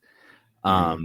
um some people think, oh, he did it for the culture. Some people think, oh, he did it because he wanted to show he's the best rapper of this generation. Some people think he just had a personal vendetta for Drake, all that stuff. I think there's elements of all of it that are true. But when he had that interview with Zane Lowe, if you remember that, the bald dude, um Uh, I'm not he sure. okay, it was fairly quick. It might have been in the second one if you haven't got to see that one yet. But regardless, it was pretty quick. He basically was just saying like, after the Heart Part 4, I want to say, the one that came before Damn, he called himself the best rapper alive. The one, Oh yeah, yeah, yeah. yeah. And so Zane Lowe asked him about that, and he was like, "So are you the best rapper alive?" Is that like just trying to get him to elaborate on it. And he's like, "I gotta be like," and he was so serious, like his face just got dead serious. Like it was like he was talking about uh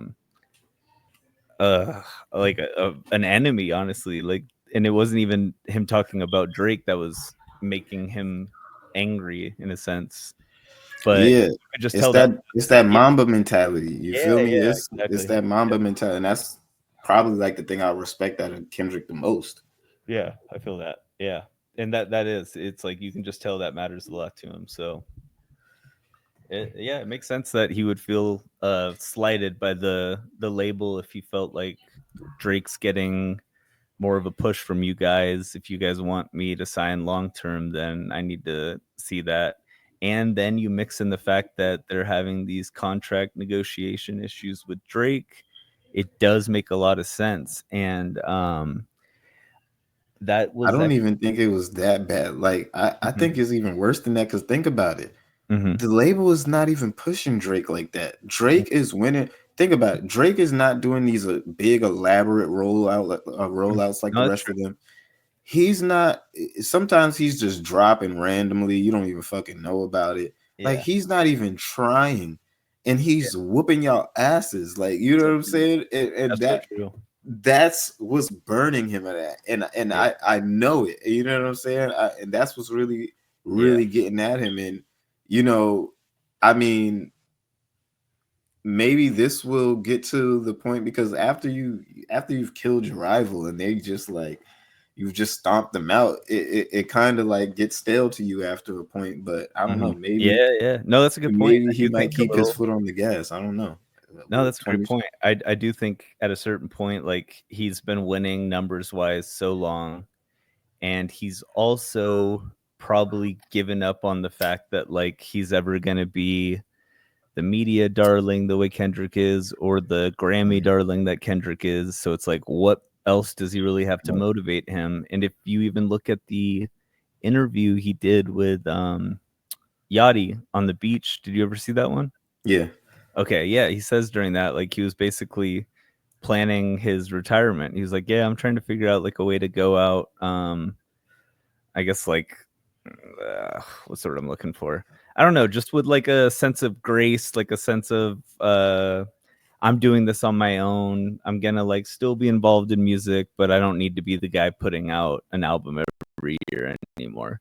And that was seemingly his mentality, and I do think that's probably changed now because of that. But yeah, to your point, I think it was partly because there's just not that much left to motivate him. yeah. Until now, like you Yeah, said, exactly. Yeah, I think he has a. I think Drake has an entirely new fire lit in him, hmm and the way he's gonna tackle this next album. hmm Um, I think he should definitely lay it all out on the table with this next one, and I think that he's ready to get in that mode and really get into that space. hmm I don't know where. I feel like him and Kendrick are like attached at the hip, for the hmm foreseeable future at this Yeah, point. yeah. Um, He's got that. and Yeah, reignited now because yeah, it's beef gonna went be cold like for a little Jay and while. fucking Nas at this point. Yeah, because if you think about it, like when Damn came out, remember it was kind of a big deal, but Drake didn't even hate on it. But Damn actually outsold More Life, which wasn't as big of a deal as people think because Right. Views had just came out. More Life was marketed as a playlist, not like an official Drake album, Yeah. even though like we all kind of think of it as an album now. I do think that rollout matters somewhat between one, like I said, having just released Views. I mean, Yeah. Damn was like a big commercial rollout too. yeah, exactly. And he had his biggest hit ever to help get it out there with Humble. So let me see real quick when Views was released versus uh More Life.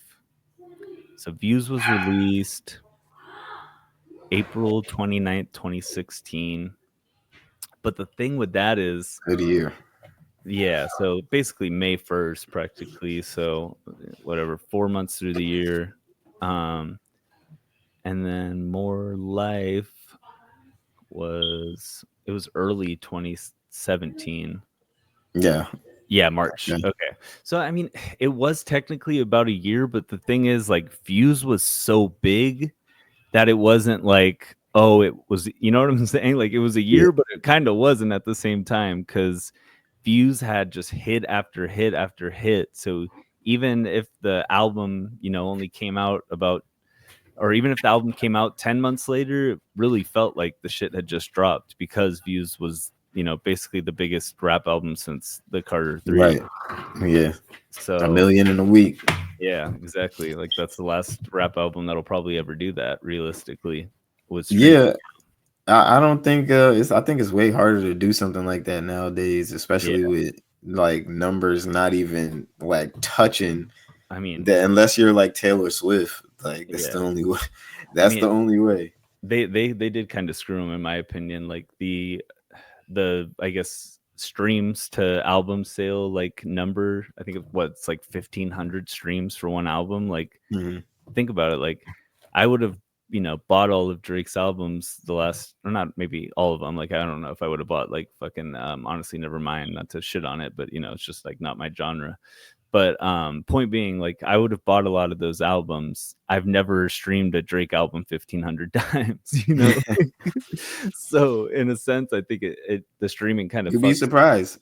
Yeah, You'd maybe. be surprised because if you think about all the songs, and that's how they count them. If you think about all Oh, the is it per songs put song? Okay, together, okay. So it's really like a you've listened to an entire album after you listened to about 12 Drake songs. You know what I yeah, mean? So yeah. No, I've definitely streamed 1,500 Drake, streams. It's just on one album, especially like in the first year or two or three. Yeah, I get what you're saying though, because especially as the years go on, it gets there. Which is why, like, actually, if you think about it, like, if you look at Drake's career like album sales, it is actually pretty ridiculous now. right, But the first week album sales is where it's going to get hard because like the streams are also kind of accounting for the fact that like it's going to go up, you know, over time. Whereas like album sales don't continue to like go up to the same level. Like people aren't, buying those old albums, especially now that streaming is the popular service. But even yeah, back in the day before we had streaming, like you were getting the majority of your sales in that first, second week. Now it's like probably 50% of it comes, those first few weeks, and then 50% of it comes like over the next, 3 years or something. Um, yeah. so yeah, Yeah, just a different just from game. people listening to it over time, but Yeah, exactly. The real Drake's time. catalog is just so potent like that. I Exactly. mean, you still got songs like Passion Fruit popping out, and a bunch of songs from Certified Lover Boy Mhm. still like popping back into the Billboard Top 100. So That really it happened? I think I heard about that, but I didn't really like see it with my own eyes, so I didn't yeah, like to the I Billboard. believe so. He's had a couple of Yeah, songs, and it's crazy because I've been listening to these songs. So it's yeah, weird. like I helped. It's weird that like certain songs are popping back into the Billboard. Um, but I think that's a perfect segue to say, what do you think about what's gonna happen with this new Drake? Because I haven't talked about it here on the channel yet, but what do Okay. you think is going to go down with this new Drake Party Next Door album for you guys who don't know? Some sexy songs for you Mhm, coming out on February 14th by the boy, and Party Next Door. I think is going to be another classic. Um, but yeah, with everything that we've been talking about, and with the whole elimination of Drake still being in mhm, full effect, we've heard it more than once. They want to humble Drake, whether it's mhm, going to be this project or the next. mhm. So I mean, what do you think is going to be the perception of this project, or how it's going to be received? Okay, quick question before I answer. Mhm. Are we able to pause this? Because I forgot to grab some water, and I was gonna grab some real quick while we have a little segue naturally. Yeah, no problem, no problem. Okay, cool. Give me just 1 minute. I'll be right back. Yeah, and the reason why I basically pulled this up is basically because, like I said, we're gonna experience some pretty big interference, and if you guys are not ready to, you know what I'm saying, stream like your life depends on it, then yeah, we're gonna get we're gonna get laughed out the park. But it's Drake, you know what I'm saying? And at the end of the day, we see what niggas have to do to keep up with material like this. They trying real hard to make they jokes and say this all sounds the same and whatnot, but I I really don't I really don't hear where the criticism is coming from any of it. It's really a project that is going to embody exactly what, you know, what we want to hear on Valentine's, the mood and the spirit of Valentine's. So for the people out here talking like this is not about to be a classic, or it, like you see here, quote unquote, sounds like the same shit. Come on, we gotta be real. This is just where the hate is coming from. This is not anything factual when it comes down to this, because these two snippets we got so far, I'm not gonna lie, yeah, it's sounding like some real shit going on here. So I'm definitely excited for this one.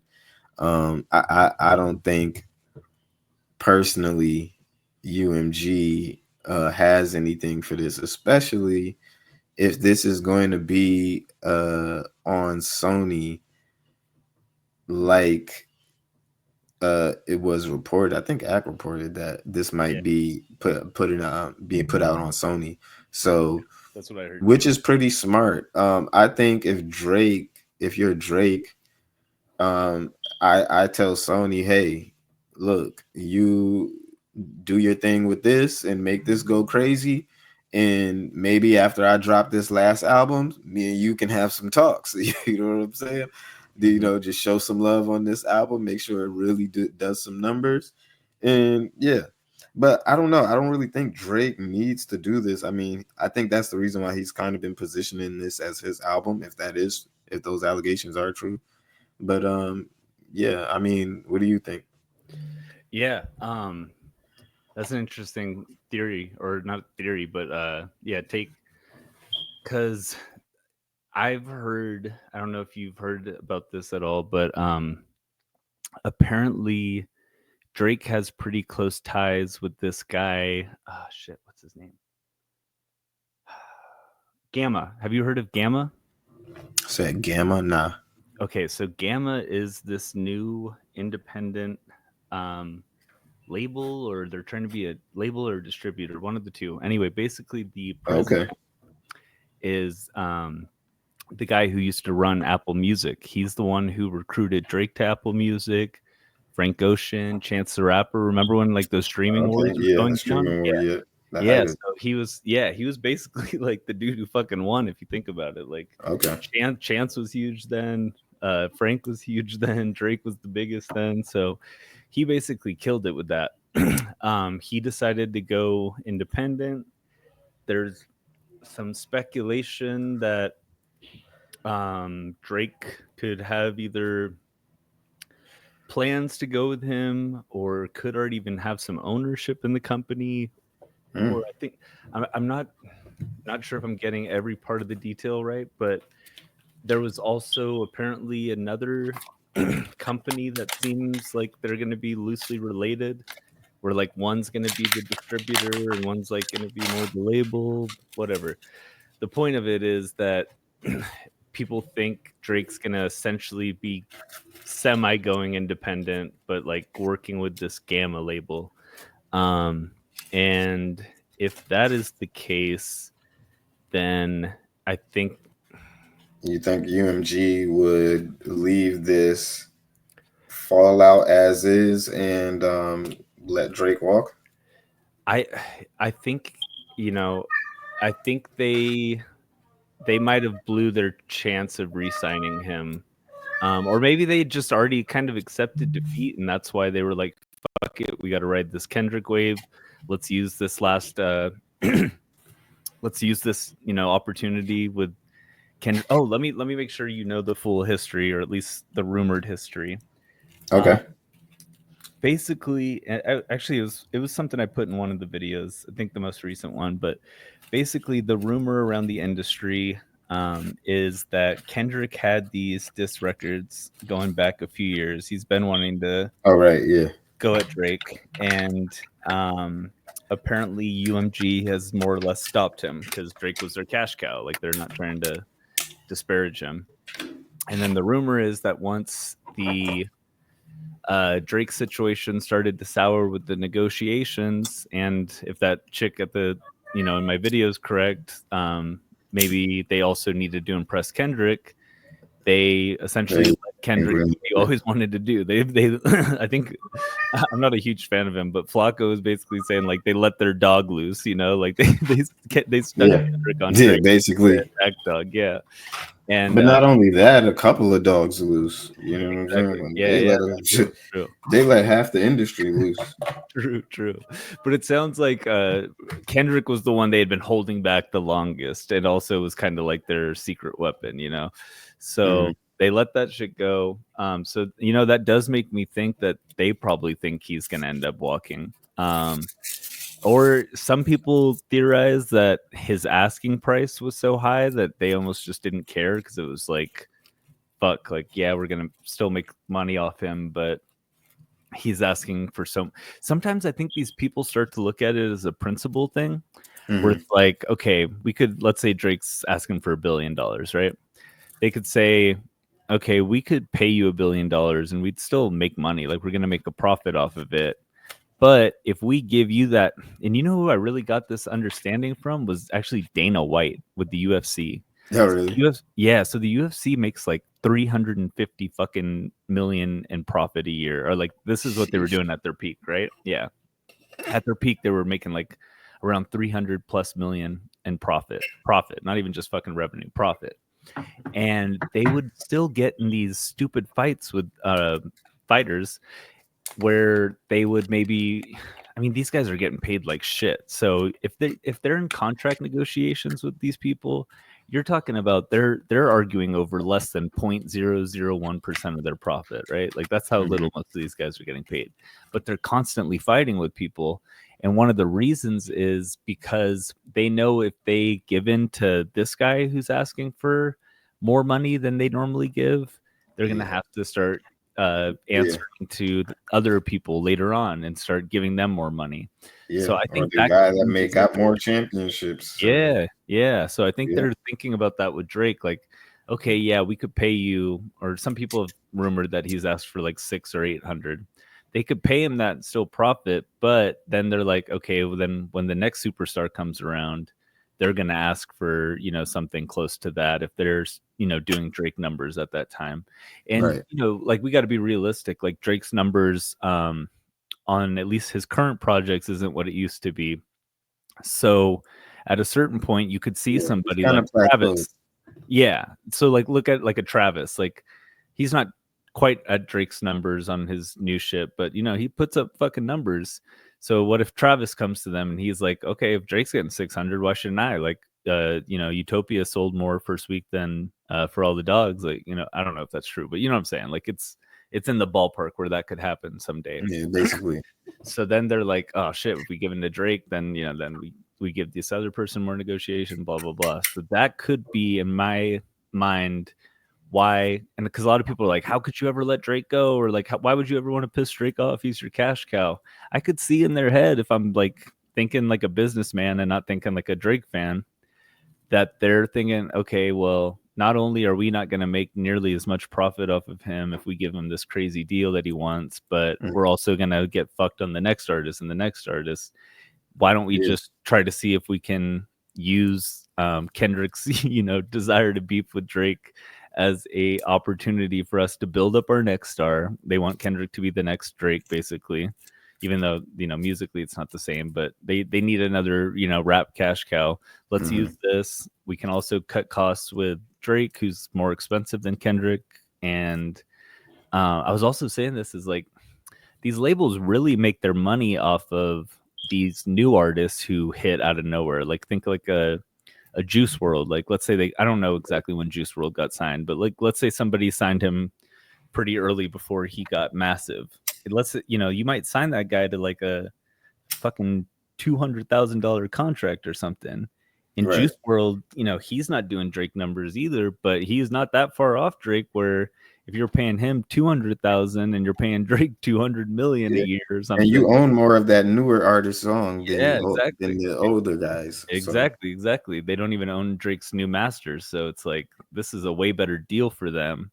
And especially if they can take that 600 million, maybe that they're paying Drake, and flip that into 4 artists that in total sell as much as Drake, but they're getting paid 1/100th of what Drake is getting paid.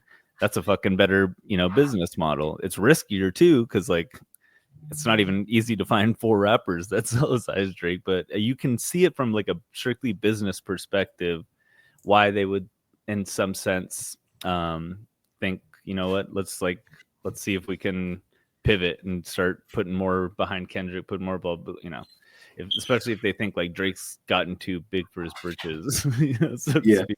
Which I think that's part of it too. Yeah. Oh, but I didn't answer your like more direct question. With the album, I think it might shock people, man, with the sales numbers. Because there's 3 factors I can think of. The big one is all of Drake's fans are pissed. They want to support. They want to buy albums. Yeah. And that might be one of the biggest, like, quote unquote weaknesses Drake has had, is that he's almost so big that he loses some of that cult following. Because it's like, I don't know, when you're I can't necessarily say that, because like Taylor Swift's like the biggest, pop star, and she's got the biggest cult too. But well, I think sometimes I kind of get where you're going with that, yeah, because it's a little different for Drake.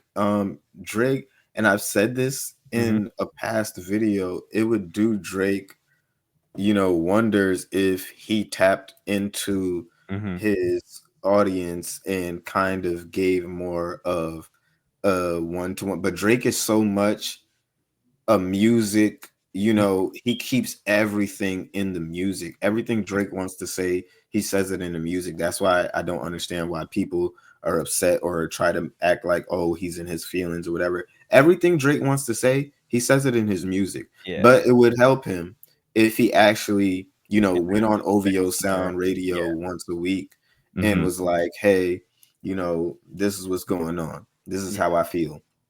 This is what, this is what UMG is out here trying, exactly like how Nicki does, exactly how fucking Taylor Swift, writes fucking letters or whatever the fuck she does with her fans.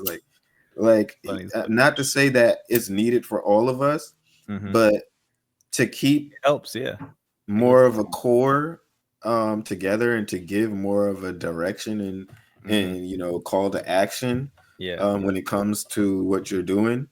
Marching orders, basically, like, and Drake doesn't usually do that.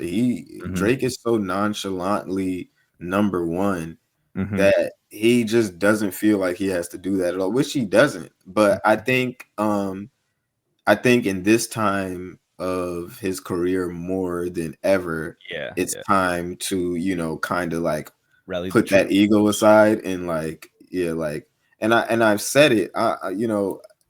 I also said in a past episode, I think Drake should take $150 million of his own money and put it into this next project himself. And like just like advertising, best producers, all that shit. Yeah, basically. I think he should do that, because and marketing stuff like that, really take his own money. I don't give a damn if it's half of everything you got or if it puts you at a deficit. I think just to prove a point and just to prove your hunger, you take that and really put on a production, and then take some of that or take more and put on a masterclass tour. Like I'm talking like some Kanye shit, like you know what I mean, like an experience. And I think that's exactly what his next album should be, if you ask me, because I've always liked more of Drake rapping and really just spitting and just giving what's on his heart. So but that's just me personally. But this next album, I really think that's the direction he should go with it. Yeah, I said the same thing actually to a few friends over the past couple months. I said I kind of want him to have his like 444 album. Like, I don't know if I didn't really listen to it that much, but I've heard a few songs to where I did. I'm a big Jay-Z fan, actually. Oh, okay, cool. I'm Oh from yeah, New you're from York. New York. That Yeah, of course, of course. So like that was like he really kind of seemed to open up on the songs that I've heard where it was like I don't know, just mature Jay-Z, reflective Jay-Z, like yeah, you got into his head a little bit, and I think Drake could benefit from that too, like to show people, because if you look at like For All the Dogs, like there are still those moments where you get more mature Drake, you get introspective, or like not even necessarily introspective, but just like that what's going on in Drake's mind type of vibe. But a lot of it was more like just sort I'm looking for, like I don't know, just less personal, like less serious, like if you look at it like a track like Bahama whatever Promises, like that you can tell like those lyrics don't mean a lot to him. He's almost just like annoyed at this chick, it's not like yeah, he's spilling his heart about like back in the day when it was like Days on the East, like you remember that song? yeah. Mhm. Okay, so like on that song, you can tell like he's really like thinking. People, I'm pretty sure it was about Rihanna. Like you could tell he was really like spilling out his heart about it. But like on a Bahama Promises, you're not like I'm not hearing that anyway, like to that level. And I think that would be nice to yeah, just see. But I think we are gonna get it actually. Like I'm not even worried about it because to me, even just the songs he's released, particularly like with the what's it called? Sorry, I'm just getting a little tired. What's the name of that drop he just did? 100 gigs. Yeah, like with 100 gigs, you can tell there's like some deeply like personal moments where it's like, Yeah, yeah, he's letting us in. because I think at that moment he really wanted to show how much he puts into his music and his Yeah, process. yeah, exactly. Oh man, honestly that's the most like desperate reach of a narrative is this whole idea that like, oh, Drake's just completely spiraled and fell off musically since this beef, because they always want to focus on either like the worst tracks or the tracks that like don't have anything to do with him, like him musically. So like he had the joke Mhm. track that people want to pretend like was real, the hey there da, da, Yeah, wagwan da baila. And then there's and the BBL Drizzy joint. the BBL Drizzy joint that was obviously like, kind of just half trolling, half, whatever. I'm not taking myself so seriously. Fuck you guys. And then you got the Mexican joint where it's like, that's easy to shit on because, like, I don't know, that's not a sound most fans of Drake are going to like and hip Yeah, hop fans are going to like. Um, the Camila Cabello songs, none of those really popped off. But I was telling someone, like, did you hear her on one of the? I listened to both of them. On one of them, she was like terrible. I was like, I joked with someone. I was like, Michael Jackson could come back from the dead and have like writing, be writing the song with John Lennon, and that shit is not gonna be a hit. Like that. Drake, that was not Drake's fault that song didn't pop. Everyone's like, yeah. "Oh, Drake take a can't break." save that. Yeah, I was like, it was ass. Like, no one's saving that. Fuck you guys. But that's what I'm saying. They tag on all these little mini losses. I'm saying this in Hmm. quotes because it's not a real loss, but they point to all these examples of his like worst moments, quote unquote, and it's just like you're not looking at the total picture, because if you were being real with yourself, I think, and I feel like I'm not biased with this because like I'll admit, like For All the Dogs wasn't my favorite album. Hmm. I have no problem like not glazing a fucking Drake track, and that's why I know I'm being real about this shit when I say, to me, if you, especially ever since fucking shout out to Joe Budden, because ever since Joe Budden shit on For All the Dogs, I feel like I've got the best Drake I've had in like years personally. I know that maybe not everyone agrees, but like I loved pretty much everything. I no okay, I loved everything off 100 gigs except the Lotto track. But I honestly, that like was that one. okay, yeah. See, I don't, everyone's gonna have a different taste on it, but that Hmm. was the only one I didn't love. Everything else on 100 gigs I loved. I obviously loved, Family Matters, Tailor Made, all that stuff. I loved Scary Hours 3, and I loved the snippets so far, like basically everything I've been hearing over the past year and a few months now, I'm like, this is the best Drake to me that I've heard in a while. So yeah, that narrative Yeah. is so corny to me. It just feels like they're so desperate to like try to disparage him. I mean, I think the more that they do that, and the more that the false narratives get pushed and stuff like that, he starts to dig into that bag a little bit more. So it's definitely going to be an interesting year, because I think after Kendrick drops this album, of course, it's not going to be over from there. And we're going to just see how the new narrative is going to continue to spread, because I don't think it ends here.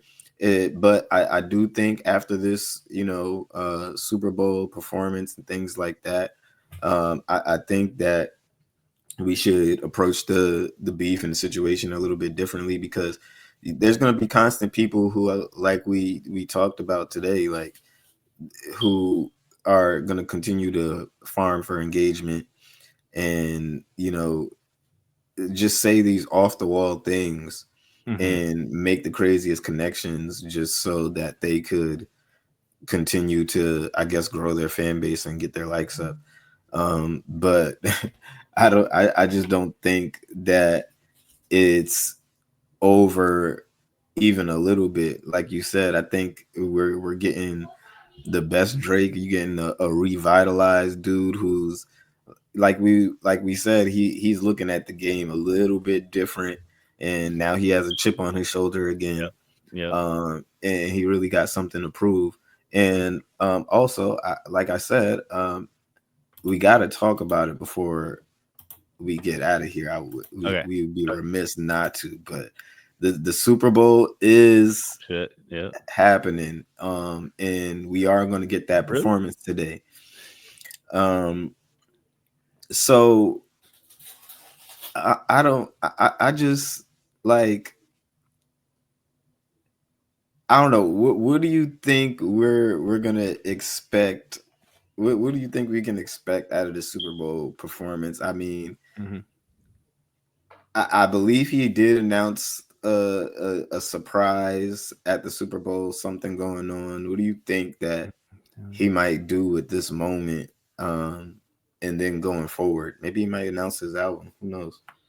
Yeah, did he say that, or is that rumors? Like I think solid rumors. I'm not trying to like make it sound like you're that making he has something to announce. Yeah.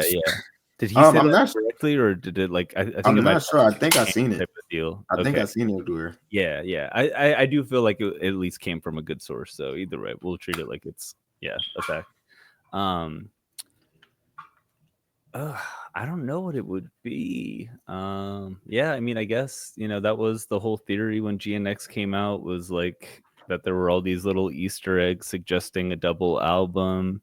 And he did know, he had the Super Bowl coming. So it would make sense. And on top of that, he did have his shortest album ever with GNX. So that kind of, makes it possible for him to put out, like, let's say the next one's also like 12 songs, 24 songs over, right.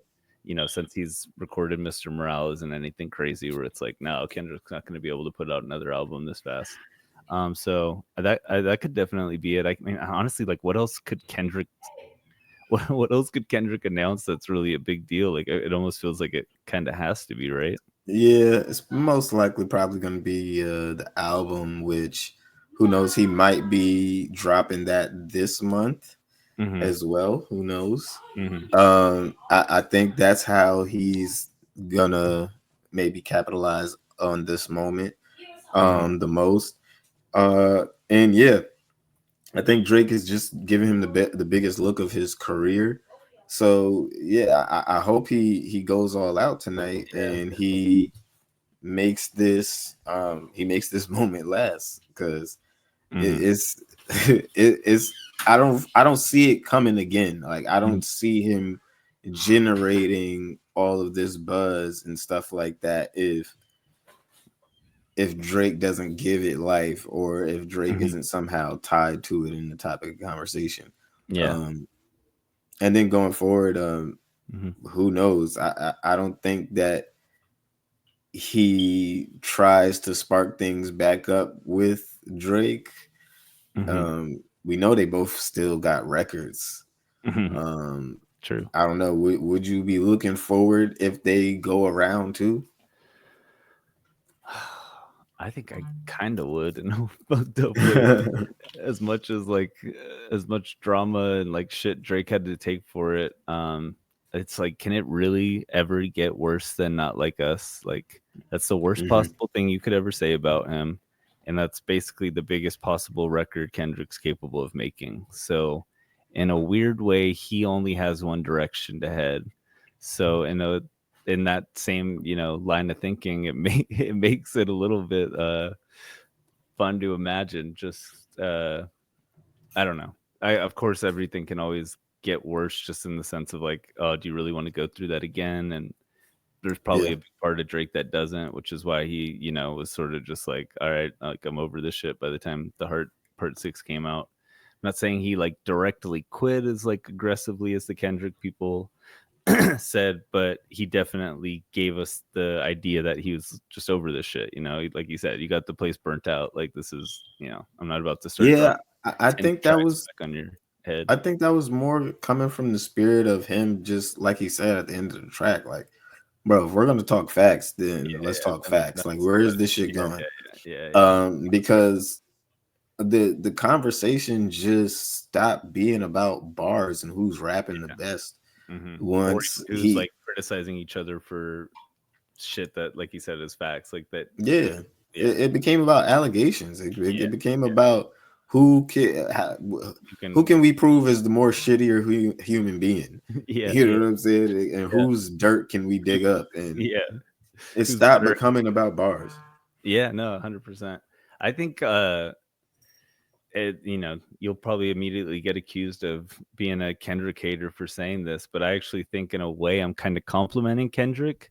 I think it's the worst rapping I've ever heard in Kendrick's career. If you look at just like the 4 tracks, like I've never heard. I mean, I guess I could say for Mr. Morale, to me, there are some songs on there that I'm just like, ooh. But in my personal opinion, like his rapping on Damn, Good Kid, Mad City, To Pimp a Butterfly, even Untitled, Unmastered, like if I picked any of those 4 songs out and just like strictly focused on the bars, not like necessarily the I don't know, the lyrics. Not lyrics isn't even the right word. Okay, so if I'm being nice to the Kendrick fans, I could say, oh well, they were great songs because they had the effect that he wanted on the audience, right? Like he was able to make a lot of people think Drake's a monster, a liar, that none of the allegations about Kendrick were true. Okay, I can give him credit for that. I think on a like tactical level, he had good strategy, right? But if you really like, and you'll know this shit because you're a rapper, like Mhm. if you really analyze like how on point the flows were, like how creative the lyrics were, how well it just kind of sounded to your ear when it came out, like it was not anywhere near Kendrick's best rapping. And I would even say like No. maybe his best rapping was on his worst song, which was like the 616 in LA. Like that was where he was like, oh shit, he's spitting right now. Lyrics Yeah. aside, like just his flows, his like cadence, like everything was tight, like that was a good rapping track for the most part. There might have been a boring part here or there or whatever, but like he's rapping. But if I go back, and I really noticed this shit when I for making the video, I would do the vocals only edition, so I didn't have to worry about like copyright and shit, right? Yeah. And so when I would hear those songs without the beat, and don't get me wrong, like I can understand the beat's gonna make it sound better because you can maybe have something that isn't gonna sound on beat, ironically, or whatever. When you're listening to the acapella only, you kind of need the beat a little bit, but it Mhm. made me realize the beats were carrying him a lot more than people want to admit. And there weren't a lot of like, I know there were some like super witty bars, I guess. That's what I'm being told. No, I to be fair, like Yeah. there were some bars on there and everything, but Yeah, just in general, like the level that Kendrick's capable of and what he really came with wasn't impressive from Kendrick's skill level. Like what he's capable of, that was not his best like actual rapping to me at all. Yeah, I think it takes him a little bit of time to actually create those records, which is why he might have had so many records tucked. But Mm-hmm. I don't think he was able to, really keep up with Drake's rapid fire pace of Mm-hmm. being able to put out a hit. And this is why they called it quits so early, because Drake is capable of Yeah. really going back and forth like he's shown, Mm-hmm. and Yeah. he's going to get that hit faster than Kendrick is. And he was So actually rebutting Kendrick way more than Kendrick was rebutting what Drake was saying. Like yeah, Family Matters is like damn near fucking nothing but firing back on direct lines you were saying. Kendrick had like five. I mean, the only track where he had more than maybe 2-3 rebuttals was mhm, Euphoria, which was the one he took fucking 3 weeks to drop. But then you look yeah, at, Not Like Us, there was like one fucking line that was a rebuttal, and it was the homie still double down calling us some slaves. Like that was it. I looked at it the other day because it's fucking gaslighting ass bar. yeah. I know, right? I've never heard a bigger fucking gaslight audience manipulation, and they just ate that shit right They up. ate that shit up. I Crazy. feel Like like I don't know if these niggas want to believe that or if they really believe that. Like I it think doesn't it's even make sense to me. yeah. It's hard to say with those people, man. But I would hope it's just them wanting to believe it, and like when you got some dirt on like your enemy, so to speak, like people are gonna use it, and it's like Hmm. if they can twist it, they're gonna, that's they're just desperate to hate Drake, they're gonna do it. Like no surprise, but yeah, I gotta hope they're fucking a little bit smarter than that, than to think that that was Drake's point with that line. But who fucking knows, man? But yeah, there were just so many sloppy moments. Like even him like spamming the master manipulator, saying it twice in like one verse. It was just like, this is shitty like rapping to me. I'm sorry, but like I don't want to. That whole meet the Grams, I said it in the debate. Like that shit has no bars. Like No, man, it's it, at face scathing. value, It's just scathing. That's yeah, literally it's a all it bunch of has shock going for it. factor. Yeah. It was strictly like a chess move at the Guaranteed. moment. Yeah. Great chess move. I won't deny that. Like dropping it right after is gonna fucking kill the momentum. Evil fucking Mm, track. It takes all the fun away from like Family Matters. But yeah, if you look at the actual bars, there's nothing witty in any of it. He mostly sounds like a bitter like ex-girlfriend that's just like, you're a narcissist, you're a misogynist. Like he's the most feminine rapper in the history of rap to me, which should be Drake's title, but Kendrick took it. right, Ken, in my right, opinion, like he really like sounds like a damn. I grew up in California. You probably relate. Growing up in New York, because right. those are the two like super liberal capitals of the Exactly. country, and that's exactly what he sounds like. Just like this white girl that's like taken too many feminist courses and is just like spewing fucking all these buzzwords. She's heard like, you're a body shaver. It's just like, bro, what is this, a fucking rap? He's just This is the going guy who off. defended the culture, this feminine Exactly. asshole. Like, get the fuck out of here. What culture did you guys grow up in? Because I've grown up listening to rap my whole life. I lived in fucking Long Beach. Like I wasn't in some all white neighborhood. Like, I went to the same fucking high school as Snoop Dogg. Like I know I've been in the rap black culture. Like this is not how people fucking talk. This is not defending rap culture. He sounds like a white girl. Look, bro, he definitely, you can tell just by his, personality and choice of or selection of words. I mean, you can tell Whitney is at home. She's one of those spiritual, lyrical, crystal children. She probably meditating over this nigga with crystals and shit, Mm-hmm. manifesting all type of voodoo.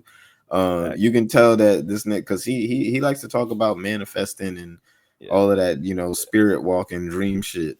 So I be really like, I'm like, yeah, he does sound like he's from like a white girl from Cali sometimes. Yeah. You know what I'm Yeah. saying? 100%. He definitely sounds like he, takes part in a little bit of Wiccan, a little bit of Wiccan arts or some bullshit.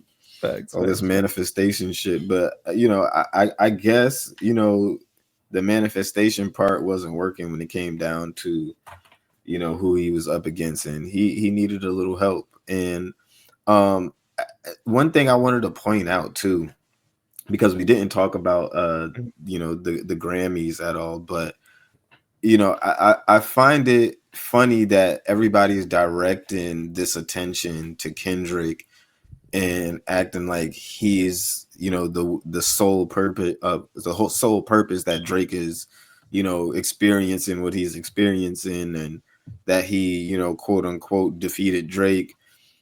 Kendrick never did this by himself.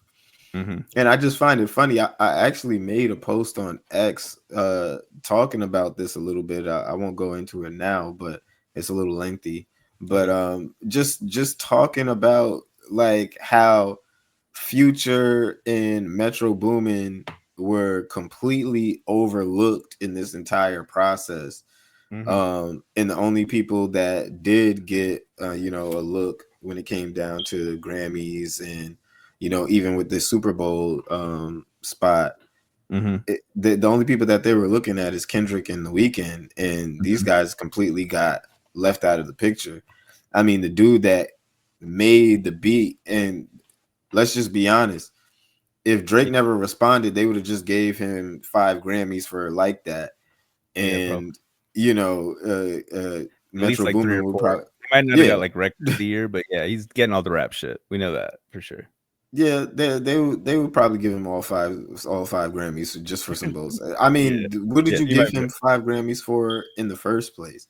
I mean, even right. with his boring ass interviews, the way they sit here and talk about this moment Lays. like it was some Oh, super artistic, it's gross. like, So fake. I mean, it was strategically, it was For the culture. Shut the fuck up, yeah, dude. like no, this nigga is a jealous ass nigga who admittedly so said it himself, but who saw this was his opportunity to go ahead and strike while the iron is hot, and he took the opportunity as well as everyone else. I don't know Mm-hmm. who gave the green light or if there was a green light that was given, but it was a pylon, and now we're acting like Kendrick is taking this victory lap and the West Coast this and West Coast that, when Mm-hmm. the entire industry had a hand in this shit. And I Yeah. guess Kendrick is just going to be the face of it. But I think that part of it is really funny, and Mm-hmm. I damn near wrote a whole article talking about how Future and Metro Boomin were just completely left out of the picture now. Like, we Mm-hmm. barely even talk about them when it comes down to what happened, and maybe it's because Future is kind of doubling back, but we barely give them any credit for the moment. So I think that's strange. I mean, why do you think that is? I don't know. Yeah, I just think it.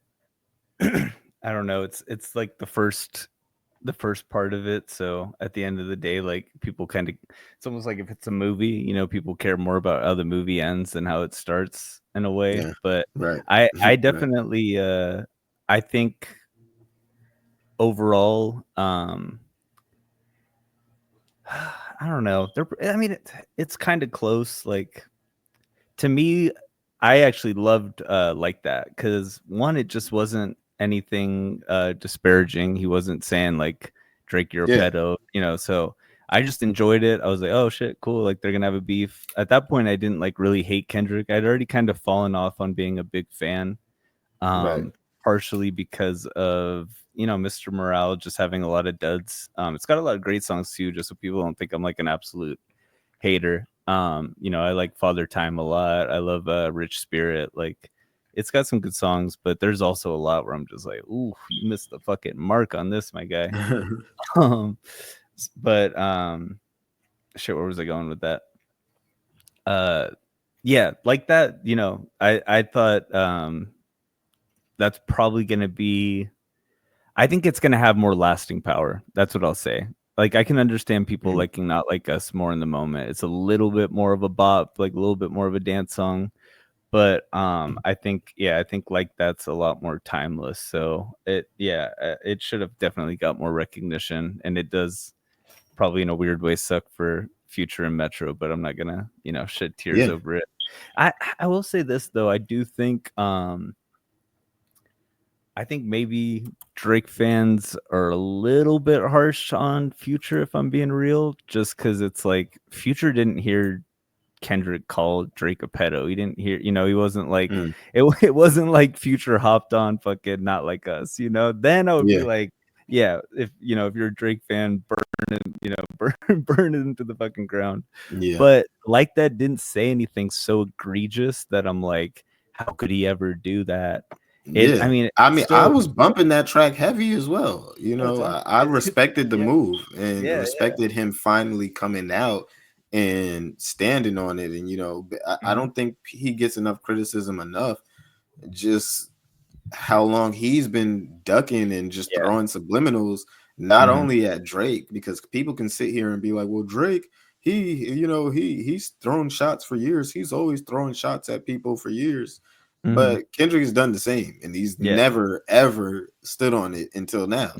His So biggest diss track before this was have you heard the Element the yeah, Element that didn't yeah, drop? Yeah, like dissing Big Sean and Jay Electronica and shit. Like, and that's what just annoys me so much about Kendrick is just the false narratives he creates about himself. Like I said, I've listened to his albums. I know like the guy's lyrics, so that's why I'm kind of like a a bad person for Kendrick's army to argue with because I can actually like go like line for line with them and make him look like a hypocrite because he is. exactly. But with the like he has a bunch of lines in Mr. Morale and in interviews where he's like don't bite your tongue, blah blah blah. Even going back to like section 80, he has a line about like something about biting your tongue and like pussy smelling like a plum or some weird shit. It's kind of a funny bar, but anyway, like he's always flexing this like I don't bite my tongue, but it's like yeah, you do. You had a diss track you didn't drop. You've only been willing to sub Drake. Even he didn't even stand on the BET cipher. I forgot about that. I honestly Yeah, probably should have thrown that in the video at some point. Maybe I can yeah. incorporate it in the last one. But even the BET cipher, he tried to play dumb about it and pretend it wasn't a That's kind Drake of like the diss. most infamous one because Mhm. that's when Drake was like, "Okay, bro, are we Yeah, gonna yeah, do this, or are you exactly, just gonna be exactly, throwing shots the whole time?" exactly. And that's why And Drake, he was like, "It's just rap. It's just all yeah, love, competition, whatever." yeah. This is really what the third video is all about. Not to spoil it too much, but Mhm, he's kind of the opposite of who he portrays himself to be. Like everything that Kendrick kind of stands and brags about is what he is weakest in terms of. Like he bites mhm. his tongue all the fucking time. Right. He's not this, great family man. He's not this, sweet little angel that just cares about women and children and like has a really good solid group of people around him. Like everything that he stood on in that beef as his virtue are his biggest flaws. And Mhm. that's what just drives me nuts that like his audience doesn't see that because they've been won over so much by his positive attributes, and I'm not trying to say he doesn't have any because he's obviously made great music and all that shit, but they're so manipulated by those positive moments that they ignore these just massive fucking red flags Yeah. that point to him being like a pretty fake person in my opinion. Yeah. And not only that, like I think I mentioned to you in the DMs before, but I Mhm. mean, there's plenty of things that he could have did on activism level, just in his Yeah, own yes. state, Dude, yeah, with you what's want to going talk on about now. yeah. I mean, he didn't have to wait until Trump came to California or LA to like call out the fucking mayor. Like, Kendrick could have been the one doing that. I mean, if you're gonna, take on that role, you should be more informed about the things going on in your backyard. Even Uh-huh. with them, even with the Black Caucus fighting for reparations in California last year. Hmm. We didn't hear anything about that coming from Hmm. Kendrick, and I That's would pretty think that's one of the most important topics that you could bring to the forefront if you're that guy. You know what I'm Mm-hmm. saying? But 100%. Yeah, I don't know. he's protecting his soul in the valley of silence. Don't you know, Brand? Yeah, yeah, most definitely. I gotta Yeah, look into but that though. That's interesting. So wait, so he started talking shit when Trump came, and then that's when he like started to pretend he no, cared. well, Is that he what? never said anything. He never said Oh, okay, anything. okay, But okay, okay. Trump came to Trump. LA and Oh, you meant basically, Trump was the one who criticized the mayor, not Kendrick. exactly. Oh, that's even funny. Trump came. It took Trump coming and basically holding, Him a accountable. press conference with the mayor of LA. I believe it was the mayor of LA, and Mhm. basically talking about these fires and basically just going through how most of everything going on, how it was preventable. Um, I mean, there's plenty of things that Gavin Newsom has been doing terribly that he could have talked about. I mean, California, and no disrespect to you, but California is fucking crazy, just like how New York is. I had to get the fuck out of New York as well. It's Mhm. fucking Yeah, crazy. yeah, It's no, I'm with fucking you. crazy. Oh, I'm Like, not in California anymore. Yeah, I'm yeah, out. I Yeah, look, trust me, I already know yeah, because I got yeah, the fuck out. You didn't even have to tell me. yeah, yeah, exactly. Like most people did, but I mean, there's plenty of things that he could speak to on an activism level. I just, that's why I say all of that, just to say, he could do more. There's way more he could be talking about and affecting, if that's really what he cared about. But I don't really think. I think that's just the gimmick. I think that's just the image. And it everybody eats it up and plays along with it. But I don't know. I kind of see past that. I don't really see what everybody else sees when it comes down to that, because just paying attention to politics Yeah, yeah, on a exactly. deeper level, I know personally that there's way more that he could be doing, Mhm, if you're that guy. I mean, Kanye has done more. You know what I'm saying? Tupac, your idol, has done more to speak on certain figures and people, just not just beyond, not just in music but beyond that. mhm. So that's my opinion on it. But I do hope he puts on a good show. I will be watching once I settle down in Oh, here. yeah. I'll text you But about it. I'll let you know. Yeah, yeah, I'm sure we'll have some funny shit to say. yeah, I'm sure we'll have a little bit of commentary on that. So yeah, we'll definitely have to talk about that. But Getting yeah, we're close. What getting time's kickoff? yeah, I think so. Last thoughts, if you want Mhm. to give any last thoughts, and then please tell the people where to find you, plug yourself in, Sure. please. Appreciate it. I'll just start with the plug while I think of my last thoughts. um, let me make sure I got all my URLs right. Okay, so let's start with YouTube. Yeah, sorry, I'm just getting used to the YouTube URLs now. So it's youtube.com/at rap rhetoric, RHETORIC. And then on X, I believe it's just rap underscore rhetoric, but let me just double check. Y'all can see his name right here on the screen if you need a little Oh, there help we with go. that. Hey, It's there's got a it YouTube. spelled out for you. And then yeah, rap underscore rhetoric again, same spelling like you see on the screen, just underscore in between rap and rhetoric. But shit, man, last thoughts. I don't know, man. It was a fucking great conversation. That was a lot of fun. That shit flew by. Yeah, Yeah, let's definitely do it again. I think Drake's gonna have a way bigger year than people are anticipating. I'll make that my last thought and last statement. And it would definitely be interesting to see if we get a little bit more, but I'm also not gonna hold my breath on it either. You know what I mean? yeah, Yeah, most definitely. yeah. Yeah, I think both of them want to seem like they've moved on. It's like almost yeah.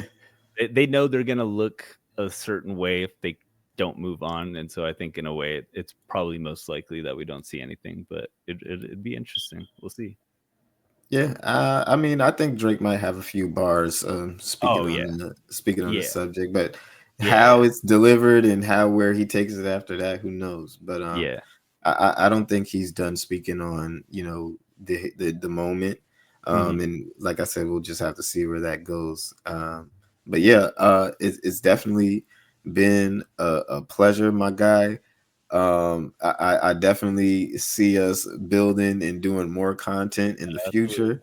So I hope everybody tuning in. I hope y'all ready for that. Yeah, because between the two of us, I think we got a lot of great ideas. And yeah. Did I lose you?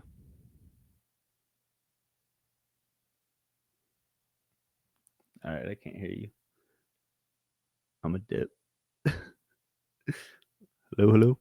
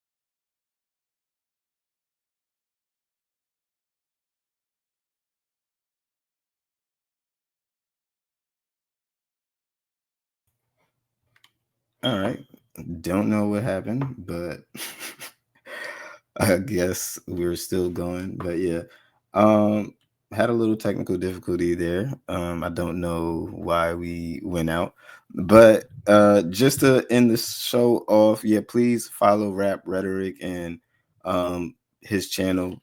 He's doing great work over there. Definitely next up. And yeah, I'm your boy Dope Boy Diesel. This has been the Doja Room. You guys have a great Super Bowl Sunday. And yeah, I look forward to coming back and us breaking down this Super Bowl performance. And we out. Yeah. Hey, this that special sauce. Spill that drip, I wipe it off. $1 million worth of game. Can't feel that, I